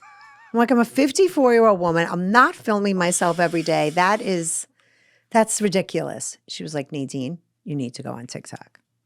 Shout out to Alex. And so I called one of my friends and I'm like, can you come film me? So we do some films, we do some videos, but I'm doing it mostly about psychology. So then she comes over, my friend, to film me again. And I said, there's this YouTube video on TikTok. There's this YouTube video that has 1 million views of me. She goes, what? I said, yeah, it's me with my father-in-law, Max. Mm. She goes, are you serious? And I said, yeah. She goes, we're going to start to film about the Wolf of Wall Street. And as soon as she said that, I started to shake. 25 years later, I started to shake. Why'd you shake? Because I was like, because that's scared. Like, my body remembers. Your body keeps the score. The body holds the trauma. And she was like, you can do it. It's time for you to tell your story. And I was just like, well, there are a lot of women in my office coming in abused still. I'm like, this is ridiculous. And so now I'm starting to think to write my book, right? I might have been writing my book at that point. I think I might have been writing my book. And so I did like a few videos and they went viral. Yeah, right away. of course. And they were like, more. We want to understand more. We want to know more. Duchess, we love you, you know. And I was like, wow. It's amazing, though, that that would make you shake 25 years later when you think about that 15 years into that. Yeah. The movie was like, I would I think know. that would make you shake. Even if it's not all true and they changed some things, Yeah. the concept of like reliving that to billions of people seeing it. But it wasn't me telling it. Yeah, it's not right? you actually. It's but not me, right? So, and I'm an introvert, even though it doesn't seem like it, but I really I could see that. recharge by writing and doing things like that. And so I was freaked out to do it. Yeah. But I knew I could take this insanely popular movie and exploit it to help women everywhere. Mm. And so, because that was what my book was about. What did back to when it came out though? Like, what did your now husband think about it again? Like He when it was came cool. out? He was cool about it. He just was like, okay, here we go. It's like I'm married to a badass now. Yeah. Then, you know, what would happen? He'd go on the golf course and the guys would be like, you know, I saw your wife naked in that movie. He's like, it's not my wife. I mean, it was symbolically Yeah. you, though. Yes. So he's very cool about it. He's great. He He's didn't just ask you to reenact anything. No, did he Okay. didn't. right, He's that's just a great guy. So he was very supportive of the whole thing. What about your stepkids too? Because like they're like, you know, they weren't around for any of this. Yeah, that, you know, I don't know. Everybody was, you know, I think when you're parents, the fish stinks from the head. If the parents are cool, the kids are cool. But, yeah. You know, we weren't like, oh my God, could you? I mean, I actually had Jordan over the day the movie came out. You had him over. Yeah. To like talk about it? Or? No, because it came out Christmas Day and I Yeah. have my kids in the morning and he takes them in the afternoon. Right. And I could tell when I spoke to him, he was nervous. And I think my son had gotten like a weird phone call. And I said, you know what? Instead of going out, why don't you just come here? I'm like, I have leftover prime rib and potatoes. And he did. For old time's sake. Yeah, with his fiance and my husband, and we watched old movies of the kids, and yeah, so I had him over the day the movie This came is out. the modern family show we need right here. This is I like this plot line better. You like it better, yeah. That's cool. It's just really cool that you guys all had like such clarity on it, you know. 'Cause Yeah. It blew up. It's a cultural phenomenon. It's like a we'll be cultural- talking about it 40 years from now. Right. Just you had the greatest director, the greatest actor of the era, and then everyone else in it was incredible. It's funny as well. yes. Like, can you laugh at it? Like, obviously, Yes. you have your own personal whatever. Yes, I can laugh at it, you know, and I think it's important that I do get to tell my narrative now, But yeah. right? And so that is the beauty of TikTok, and because, you know, I did suffer a lot, right? So, but I can hold both. Two things can be true. Yes. I was very traumatizing, and it's funny, and I get to use it. And to me, that's the best part. Now, Jordan was not so thrilled once I started to use it. Oh, he wasn't. No. Nope. You get a phone call about that? Kind of, yeah. Yeah. What do you say? He just was like, your mom, I can't believe she's doing this to me. And I'm like, Jordan's my victim now, is he? Shoes on the other foot. I just said, your dad made a movie and wrote a book. I'm always going to be respectful about it. I can do a 3-minute fucking TikTok. Yes. Yeah. And he didn't consult you on writing the book. He didn't Right. consult you on Right. on the movie. Right. Even though he kind of says he did, but no. And I just No. said, I'm not doing this to, I'm not going to say anything about your dad that he hasn't said already 10 times worse. Right. Right. So I'm just going to tell my narrative, and I'm doing it to help women. And the train has left the station. I'm doing it. Outside of some of the things they changed in the story or the timeline Yeah. or little scenes that didn't happen, what do you think was the biggest thing about you particularly that, I don't know, was misrepresented in there? I mean, honestly, they portrayed her as a young girl who's madly in love, who loves her kids, who's trying to like chase this guy's coattails, right? And keep up with him. So, I mean, they just missed the depth of my character. I mean, clearly who I am really in my authenticity. And I think that they showed me getting very jealous all the time about women, and we fought all the time about women. We really never fought about women. We fought about his drugs. Right. but that probably wouldn't have been as funny. Yeah, to tell the story. I get it. You know, because it's a lot sadder. It's a lot sadder. Yeah, It's a yeah. lot. It's a lot darker. And you know, Terry Winter writes Jordan in a way that's the way he wrote Tony Soprano. Yes. That's exactly right. Very, I love Terry Winter. yeah, He the does very great work, likable. but, You know, he writes about a very complex character. Yeah, like you knew Tony Soprano was this narcissistic, philandering, psychopath Yes. murderer. Yeah, but you you liked rooted him. for him. But you rooted for him. It's crazy. Right. So Terry Winter has a knack for doing that. So Have you ever talked with him about that? I met Terry once. That's where the scene with the straw with the wine comes from. Wait, that was real? Yeah, that was real. Do you still do that? No, Okay, that's good. I don't do that anymore. That's kind of funny. It was a phase. Yeah. It was But a did you phase. talk to him about that? Like, you know, you're making him lovable? Or you didn't really know at that time if you're just discussing No, but I consulting? know I loved The Sopranos, and I knew that about Yeah. Tony Soprano. God rest James Gandolfini. He was incredible. Incredible actor. So good. So I know I know that that's the way he wrote the character. So I'm not surprised at the way Jordan came across.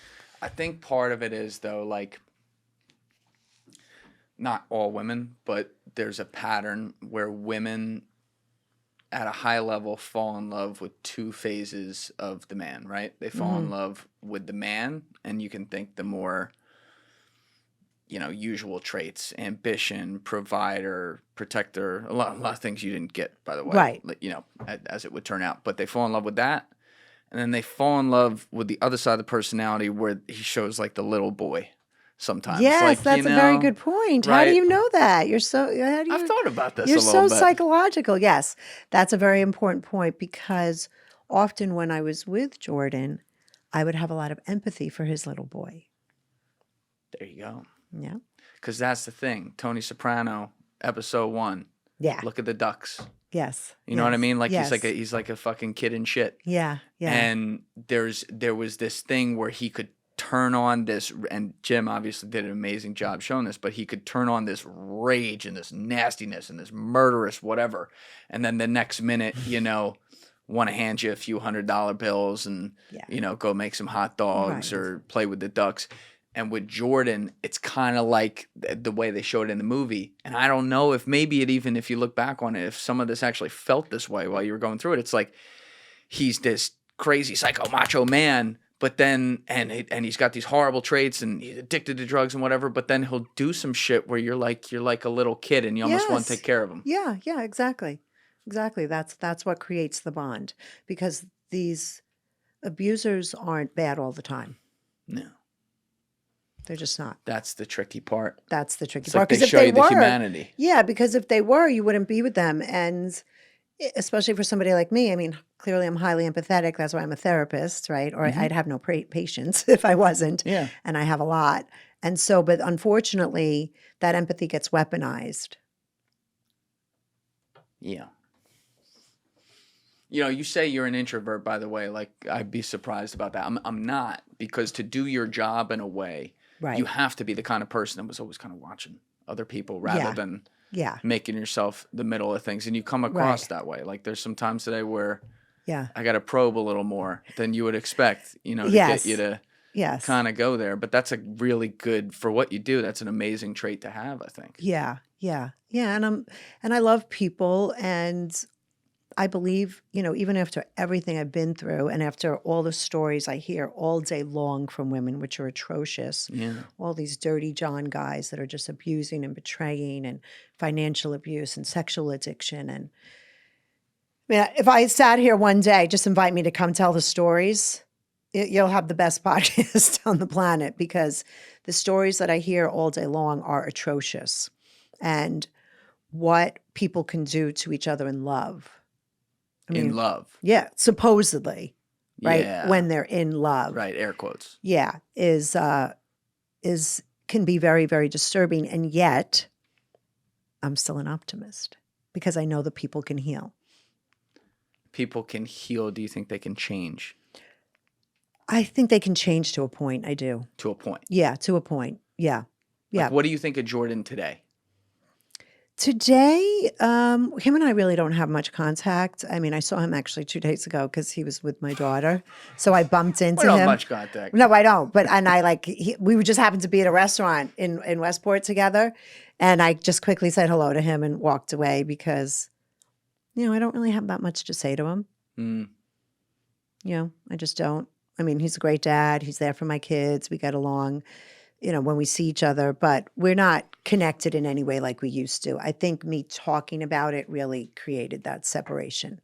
Yeah, because he didn't like that. Yeah. Do you think, like, I would say when I hear something like the fact that he freaked out on you for, being able to actually tell your side of the story after he put everything public, that there are aspects of him that certainly have not changed. Right. But do you think there are other aspects of him that maybe have Yes, for for the better? sure. For sure. Yes. Yeah. Yeah. He's happily married to a lovely young woman. He's, like I said, he's great with his kids. But here's the thing. It's like, these sorts of very toxic relationships, and they happen all the time. And all we have to do is turn on the news. And I mean, we see them all the time. They're very hard to endure. But for me, it made me really look deep inside of myself. Hmm. And I took it as an opportunity. Sometimes I say the wolf was my Buddha. Because if he hadn't cracked me open like that, and I'm not giving him credit for who I am today, but that experience forced me to be deeply reflective and really grow. And so from that, now I have a career where I help hundreds of women every single day get out of these toxic relationships, and it's beyond fulfilling. So when you asked me, did I think I was going to help, do this for a living in this capacity? I wish I could tell you I had some grand scheme. Like I was this genius that thought up this Machiavellian plan, but I didn't. And I offer that to your listeners to kind of trust the process of life too. Yes. And it just all emerged. I went through that. I moved. The book got written. I went back to school. The movie got made. Like you said, I was silent forever, but then something in me was like, it's time. Mm. And it happened to also probably because we were hearing about narcissism so much in the zeitgeist. And then I wrote my book, Run Like Hell. And so you just never know where life is going to take you. Yeah, it seems like you are somebody who you've never had a grand scheme on stuff. Otherwise, maybe you wouldn't have gotten into some of these situations. Correct. Not that I think it's a good thing to have a grand scheme on anything. No, but you're right. But you're right. Yeah. But what I'm saying, and I mean this as a compliment, is like you let life happen to you, and then you're learning from things, and then through that creating new opportunities that then puts you in a position for things you never expected to happen. It's like, I think that's like kind of the beauty of life. Like, people will overuse this phrase where they're like, I don't regret anything I've ever done because it made me who I am today. You can abuse that phrase, right? Sure, because there's things you probably would want to take back and things like that. But you can't change the things you've done or the experiences you've had. You can only then try to use the fuel of learning from them, and maybe you turning lemons into lemonade. That's right. Kind of like you did. Yeah. Yeah, and it wasn't always easy. A lot of very tough moments, a lot of tears. I lost my mother to cancer. I'm a cancer survivor. Oh, I'm sorry to hear that. Yeah, so, life... When did you have cancer? I had cancer when I was 39. Oh, wow. Yeah, and then I've had some bouts of it. I've had it more than once, so I've... In the middle of all this. in the middle of all this. Yeah, so... You're a strong lady. I'm a strong No doubt about that. I'm a strong lady. So, life is not easy, but that's why I believe in therapy. If you keep working on yourself, you can build resilience and resources, because life is always going to throw stuff at us, no matter who we are. You could walk out of here and get in a car accident. I mean, that's just the way life is. But my name actually means hope. Yep. So I'm just a hopeful person. That's amazing. Yeah. What's that like, though? I mean, you're young. You're 39. You get diagnosed with cancer. Like, I can't even fathom that. It sucked. I mean, I was really, really hard. But again, I had a lot of support. I caught it very early. You're like, I'm going to be good. That optimism kind of comes in. Yeah. It was scary. Yeah. It was scary. But, You know, I've learned that where there's fear, there's transformation. And Where there's fear, there's transformation. It's another bar. yeah, We got a few bars today. yeah, yeah. That's the truth. And so we can't hide from life. We have to approach it. And I think I was lucky enough to have a good enough beginning to give me that solid foundation. Yeah. A lot of And- people don't have that. A lot of people don't. How much do you think? That's one of my favorite topics. I think about this all the time because I'm, in a different way than you with different life experiences. I like to think like I'm a very empathetic person as well, but I don't like to use that to excuse acts, right? Yes. So, like an extreme example, I'm not going to empathize with a terrorist for blowing up a building for 100 people. Correct. But what I do try to empathize with is how did they get there?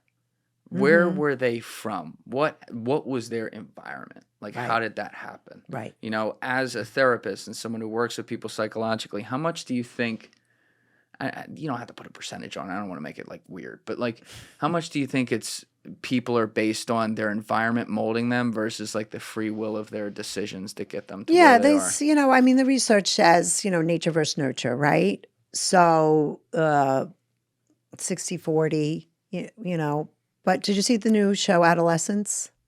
I've heard about it. I haven't seen it You'll yet. like it. You'll like it. The kid's a 13-year-old psychopath. His parents are very normal. So, I think that you, like biologically, you could be born, and then you mix it with a family and then a culture, right? So it's always multiple causality. It's just not one clear linear thing. It's tough though too because I agree. It's multiple, but it's like, people overuse the line. I say this all the time where they're like, if I were blank, then I would blank. Okay. You don't know.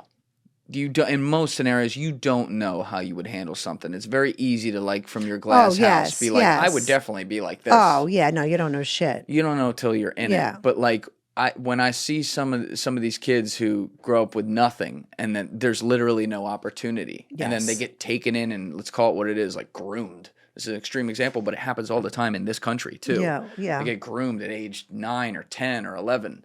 When that kid's, riding around with a Glock at 16 and shooting Right. indiscriminately out the window. Again, I'm not empathizing with the act, but like It's not statistically, surprising. I'm like, how the fuck was it not going to get there? Of Like, course, what did you expect? Of course, right. There's that saying, hurt people, Yes. right? And that's why I do what I do. And that's why I even come on these podcasts, because I believe education is what's going to heal us, Yeah. right? Education about psychology, education about relationships.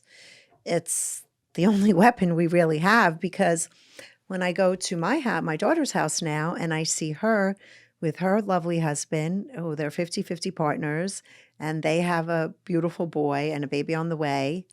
We broke generational trauma, Jordan and I. That's amazing. Right?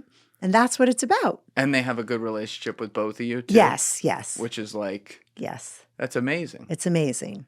So that's what it's about, right? She's a more evolved version of me. Her child will hopefully be a more evolved version of her if this world makes it at the rate that it's going. But yeah, that's what we're here for, I guess. When you were doing your PhD, you said you went back at like 38? I went 38, yeah. So you were doing your PhD like while you were battling cancer too? I think it was right after, yeah. Wow. That's Yeah, it was also right when I went to my incredible. master's. I had cancer and then I got my master's, yeah. That's amazing. You did that. Yes. But so you got into becoming a therapist, and you just said a few minutes ago, alluded to it, so I wanted to go there. Like the women you ended up helping are women that sometimes have patterns that are very similar to things you went through, but then there's also all these unique situations and everything. Yes. Did you continue to learn a lot more about yourself in the past through these women? Of course. Yeah. I mean, when I wrote my book, Run Like Hell, A Therapist's Guide to Recognizing, Escaping, and Healing from Trauma Bonds. Link in description. Yeah. I learned so much more. I learned about psychopathy, Machiavellianism. I learned about the dark tetrad. Okay, let's break these down. Psychopathy. Let's start there. Yeah. So there's a term called the dark tetrad, and it came out in 2002. And so it describes a person that has psychopathy, Machiavellianism, sadism, and narcissism. Right? Great traits. all great traits. Yeah. And so we've seen these individuals. We've seen them with Jeffrey Epstein, right? They are in the zeitgeist. P. Diddy, Puff Daddy, what do we call him? Sean Whatever. Combs. And so they have psychopathy, meaning they're beyond exploitative, highly callous, will just use and abuse anybody with they have high stress immunity, like nothing stresses them out, right? They can tolerate anything that you or I couldn't deal with. Then there's narcissism, which is, you're self-absorbed, you too can exploit people, but it's more about admiration and your image, and you can be very grandiose, or you can be a vulnerable narcissist and be more neurotic. And then there's Machiavellianism, which nobody really talks about. And that's when these people are highly strategic, highly manipulative. Consciously? Consciously. They're planning, right? There's a plan there but they have bad intentions. And then sadism is the worst, because that's a person who literally gets pleasure out of seeing the people that they know hurt and suffer. Do you think Jordan had that? Did he get pleasure out of I was going to say. I didn't see that pattern. No. Yeah. No. So, but there are people running around in the world. Oh, yeah. Right? Like your shoemaker down the street and your baker that are dark tetrad. And they can hide in plain sight. And they can hide in plain sight. They can put on another, they're multiple personality. Yeah, they wear the mask of sanity, which was a book by Henry Cleckley, I think, the expert on psychopathy. Yeah, they wear a mask of sanity. And so what happens is that these people end up in homes with children and wives, and that's what I deal with, helping women. I educate them about it. So you're coming across a lot of different clients who have literally dark tetrad? Yes. Yeah, dark tetrad, yes. And you're able to see, like, oh my God, very clearly your husband or boyfriend has all these traits. Yes. Now, how hard is it? I mean, I know it varies person to person. Everyone's different. But how hard is it to not necessarily get them to see what that means, but to get them to see that they are literally experiencing that? Usually by the time they've gotten to me, they've found me on social media and they're like, she gets it. Because usually these women feel very crazy and invalidated because that pathological partner is gaslighting them. Yeah. I didn't do that. You didn't see that. That didn't happen. And then so they're just totally feel crazy because they've been invalidated and they've been gaslit and they've been lied to and betrayed and manipulated. And I tell them, no, that did happen. And it's very painful when it's from somebody that you thought was going to love you. Do you come across people sometimes, though, that you work with where it's like maybe some things are just going wrong and they're thinking the worst, but it turns out to be like, oh, no, you're not married to a sadist or something. No. It's just you don't come across that. I don't come across that. Because like I said, by the time... That was a quick no. No. By the time they get to me, they know that that's just because if you go on my Instagram, I talk about dark tetrad all the time. I talk about all these concepts because I'm constantly educating people. Oh, wait, wrong one. Yeah, Wrong one. That? That's Jordan's wife. What are you looking at over here, Alessi? Alessi's like, nice. No. But so I talk about it all day long on there, and I'm really educating all the people. Now, it helps also that you've been made into such a public. I mean, obviously, you've now started to come out yourself, but your figure, who you are, is such a public domain kind of thing. Exactly. So people are like, oh, she didn't just get educated about it. She's lived through this. Yeah. So I have street cred and professional cred. Yeah, and like I imagine you got to have the conversation where you're like, well, a lot of the themes are right, but also here's other things that are happening that the movie doesn't show or the book doesn't talk about. So you have to understand, like, I'm a person outside of that. I'm a person outside of that. Yeah. But so they trust me and they know that I have their best interests at heart and I've been through it and I get it. There's nothing like experience. Experience is the greatest teacher on the planet. 100%. Yeah. So I've lived it. I get it. And I empathize with them, and I understand that coercive control is real. Do you think in any of, like, those dark tetrad, let's start with the most the worst kind of thing. Like, do you think in any of those relationships there actually is any love, but the person is sick, so obviously, like, it doesn't manifest right, but they actually do love them? They could think that they love them. They think they love them. Yeah, they can think that they love them. But the way I describe this person is that they will, I call them a pathological lover in my book. Mm-hmm. Pathological means mentally unwell. And I say this person will use, harm, exploit, and betray you to get their needs met for money, power, pleasure, and status. That's simple. And that's not right. Because that's about intention. Yes. I mean, that's like my biggest thing with people. I don't use this to explain away things that people do when it's bad or whatever. Like, there has to be a medium there. But my number one thing with people is, what are your intentions? Right? Yeah. If you have good intentions and you just like really fucked up, like, all right, well, if this happens 7 times, we got a problem. Right. If it's a pattern. Right. Yes. Right. But people, we all make mistakes. Yeah. Of course. Yeah. Because that's one thing about the social media era, especially, I feel like is so unfortunate. We assume worst intentions at all times on everything with people. Yes. And I don't think that's fair. Like, I watch people in my business get taken out of context on 20-second clips every day. It happens to me too. It does. And like, you know, I'm smaller, but I ignore it. I wonder if I were like the size of Joe Rogan or something, if I could ignore all this. I know. That's because like tough. you'll see like they didn't say that. Like I actually saw one today with Michelle Obama. So like there's this fucking stupid internet thing where people are like, oh, she's a man. So she literally. So she's talking to another man on a podcast, and he's a black guy, and she goes, so as a black man, you know, how does it feel to, I don't even remember what they were talking about, but people then took that clip and they're like, oh, she's admitting she's a man. And it's like, you know, I know. That's so stupid. Well, for clickbait, that's cruel. It's clickbait. Yeah, that's really, really cruel. I know. Well, social media is the Wild West, you know, and you have to have thick skin for it. And luckily, I don't give a shit what anybody thinks about me. And I'm older, you know, I'm 57, so I have a developed sense of self. Yes. And when I get a troll, which I really don't, and the only ones I get are, you know, probably the guys that left Jordan. They're like, you just left him when he lost all his money. And I'm like, I'm not going to explain to this guy my whole history. I'm just like, I heart it or I just block and delete. There you go. You know, it's not worth it. And then I look, they have 1 follower. And they've never posted. Jordan might be buying Qatari bot farms. You got to check that out. Or something from the Philippines. Maybe he's doing that. You know, so it's like, I think if you're going to put yourself out there, unfortunately, in this world, I don't agree with it because that's the last thing I would ever do to somebody.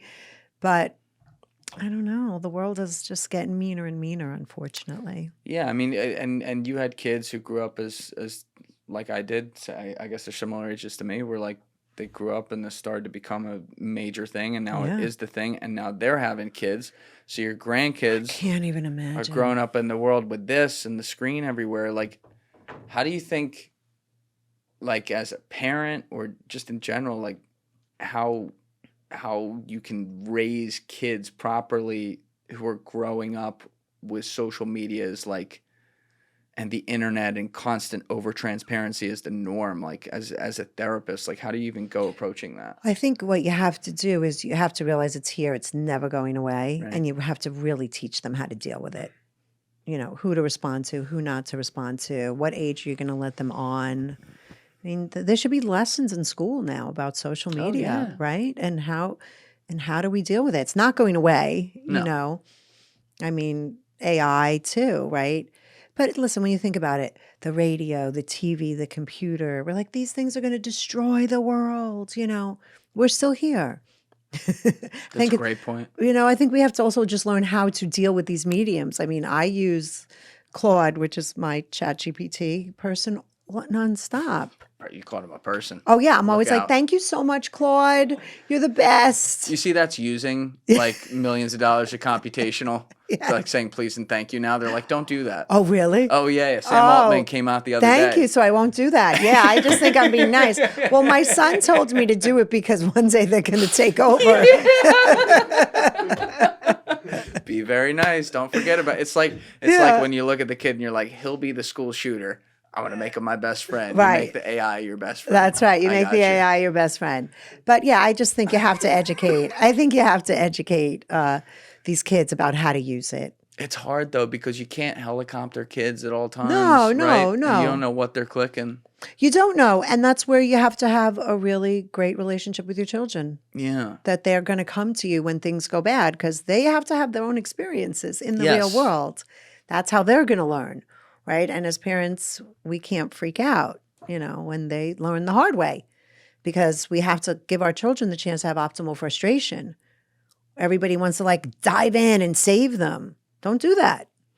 They've Agreed on that. Yeah. You can't dive in and save them. You I can't agree. dive in and save them. It's just they're dealing with stakes. Like we have more resources now than we did 40 years ago, right? So Yeah. it should be easier to parent. But in a lot of ways, with the resources we have, the price we pay is that there's a constant, influx of things. Yeah, that that are at our aren't you. fingertips. That aren't Yes. them. Yeah. So Yeah. for example, the thing so many people worry about is just in human nature is what other people think of them. If you can now exacerbate that to, some 12-year-old gets caught up on something on the internet their parent doesn't know about, and now they're worried that, a million people are going to see this. And these situations happen. Yeah. Yeah. And the kids off themselves. I just had a guy in here where we were talking about it. Yes. I'm not as well versed to that, but yes, I've heard that. Yeah. But it's hard because it's like you can do everything right as a parent, and then, the 1 minute you're not watching them with the phone. I was an idiot when I was 20. What do you think I was when I was 12? Right. You know? Right. We're beyond clueless. We're Yeah. beyond clueless. But that's where, and when you watch adolescents, you'll see it. The kid was in his room a lot alone by himself up all night. That can't happen. No. Turn off the internet, phones get taken away. I mean, you also have to have boundaries with your children and Yes. really parent. Whether it's social media, whether it's food, whether it's who they're hanging out with, whether it's how late they're staying out.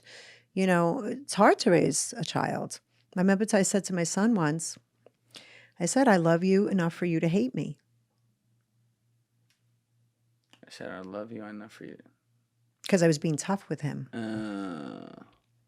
That took a minute. Sorry. That's okay. No, and I said that literally on my knees with tears coming down my eyes when he was a teenager and just crazy. I was like, no, I hate you. I'm like, yeah, I love you enough for you to hate me. That's pretty powerful. I'd remember that one. Yeah. Well, good, because you're going to be a parent maybe one day. Yeah. Yeah.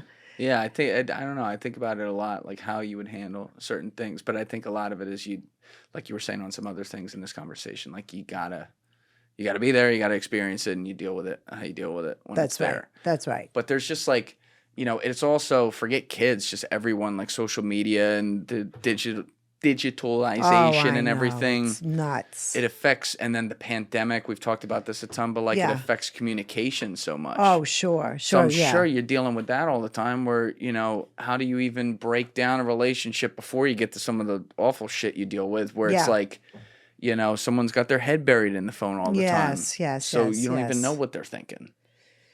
You don't. I mean, I'm not a digital native, right? So I kind of am blessed in that way. Yeah. That for the first 31 years of my life, it wasn't around. Yeah. It didn't really, we only started to email when I was 31.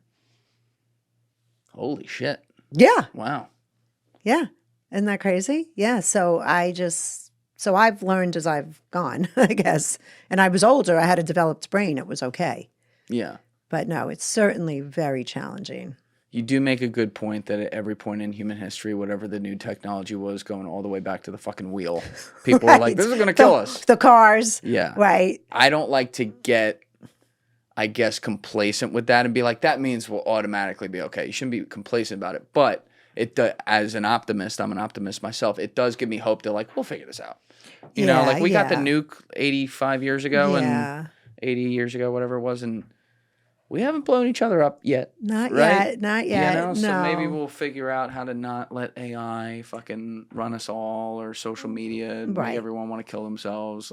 Yeah, and we'll I mean, get there. listen, look at this. We wouldn't even know each other if it wasn't for social media, right? I get to help so many people, and I use my social media platform for such a good reason, for such a good cause. And so just like anything in life, it's a paradox. Yes. And we have to hold the tension of the paradoxes of life.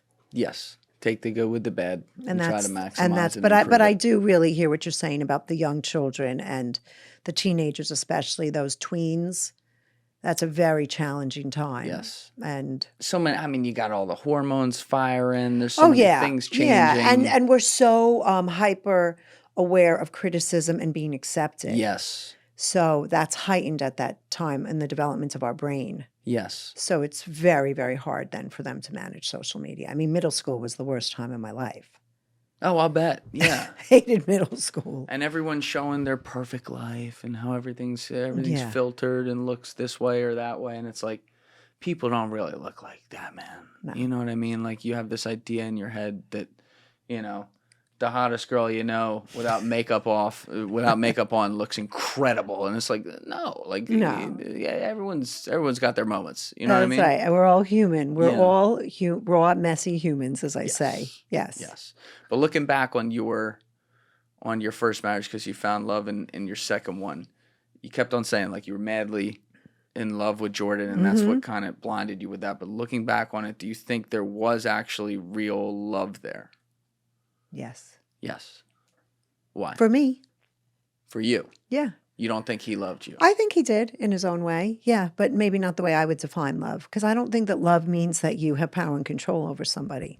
What do you think love is? So I think that love is the quality of connection that you have with the person, the trust, the respect, the tenderness, the vulnerability, the kindness, the compassion, and the messiness of it, right? Because we know love is messy. But I think there's a very important second component, and that's giving somebody the space to be who they are. Mm. Whether it's a lover, whether it's a child, whether it's a friend. We have a hard time with that in life. Because we want them to be who we want them to be. Exactly. Yeah. Yeah. That's a great. I like how you put that. I've studied a little bit. Yeah, I think so. I've been through a little bit too. I think, yeah. I've made relationships my life's work. Yeah. Well, that's awesome. It's awesome that you put it all to work, and you know you can use the platform that was also like kind of generated in the last decade or so Yeah. with this movie to do a lot of good and help people and kind of like scratch your own itch along the way. That's amazing. Yeah, So yeah. it's been a lot of fun talking with you. Oh, it's been so great. And I can tell you are very empathetic. Thank you. That's you know what? Honestly, to do this job, I don't, especially talking long form with people, I don't Yeah. know how you can't be. Right. You know what I mean? Like you Right. talk with people all day, all the time. Yes, you have to be. You have to be. Even if you didn't have it, and I think I did, like you're gonna develop it. Like there's, you know, like that's why it's funny. We were talking about my friend Matt Cox, who Yes. I saw you went and Yes. did a show with him, and it's like he's so hard on himself, righteously so, because all the shit he's done. But I'm like, Matt, for you, I know you think you don't care about stuff, but you've obviously developed something, because for you to be able to talk to people as much as you do and really get to the core, because he really does with Yeah, some he of the ones I does. listen to Yeah. of what they're about. I'm like, there's something good that came out of all this for you, That's right. you know? That's right. So, See, people can change. yeah, a little bit. Well, thank you for having me. Thank you so much. We'll have the link to your book down below, as well as the link to your Instagram if people want to follow. And if you're dating someone who's a part of the Dark Tetris or Doc Tetrad. Dark Tetrad, Tetris, same thing, you know, maybe you should hit up Dr. Nay here. That's She'll right. help you out. But Okay. thank you so much. Thank you, guys. All right, everybody else, you know what it is. Give it a thought. Get back to me. Peace. Thank you guys for watching the episode. If you haven't already, please hit that subscribe button and smash that like button on the video. They're both a huge, huge help. And if you would like to follow me on Instagram and X, those links are in my description below.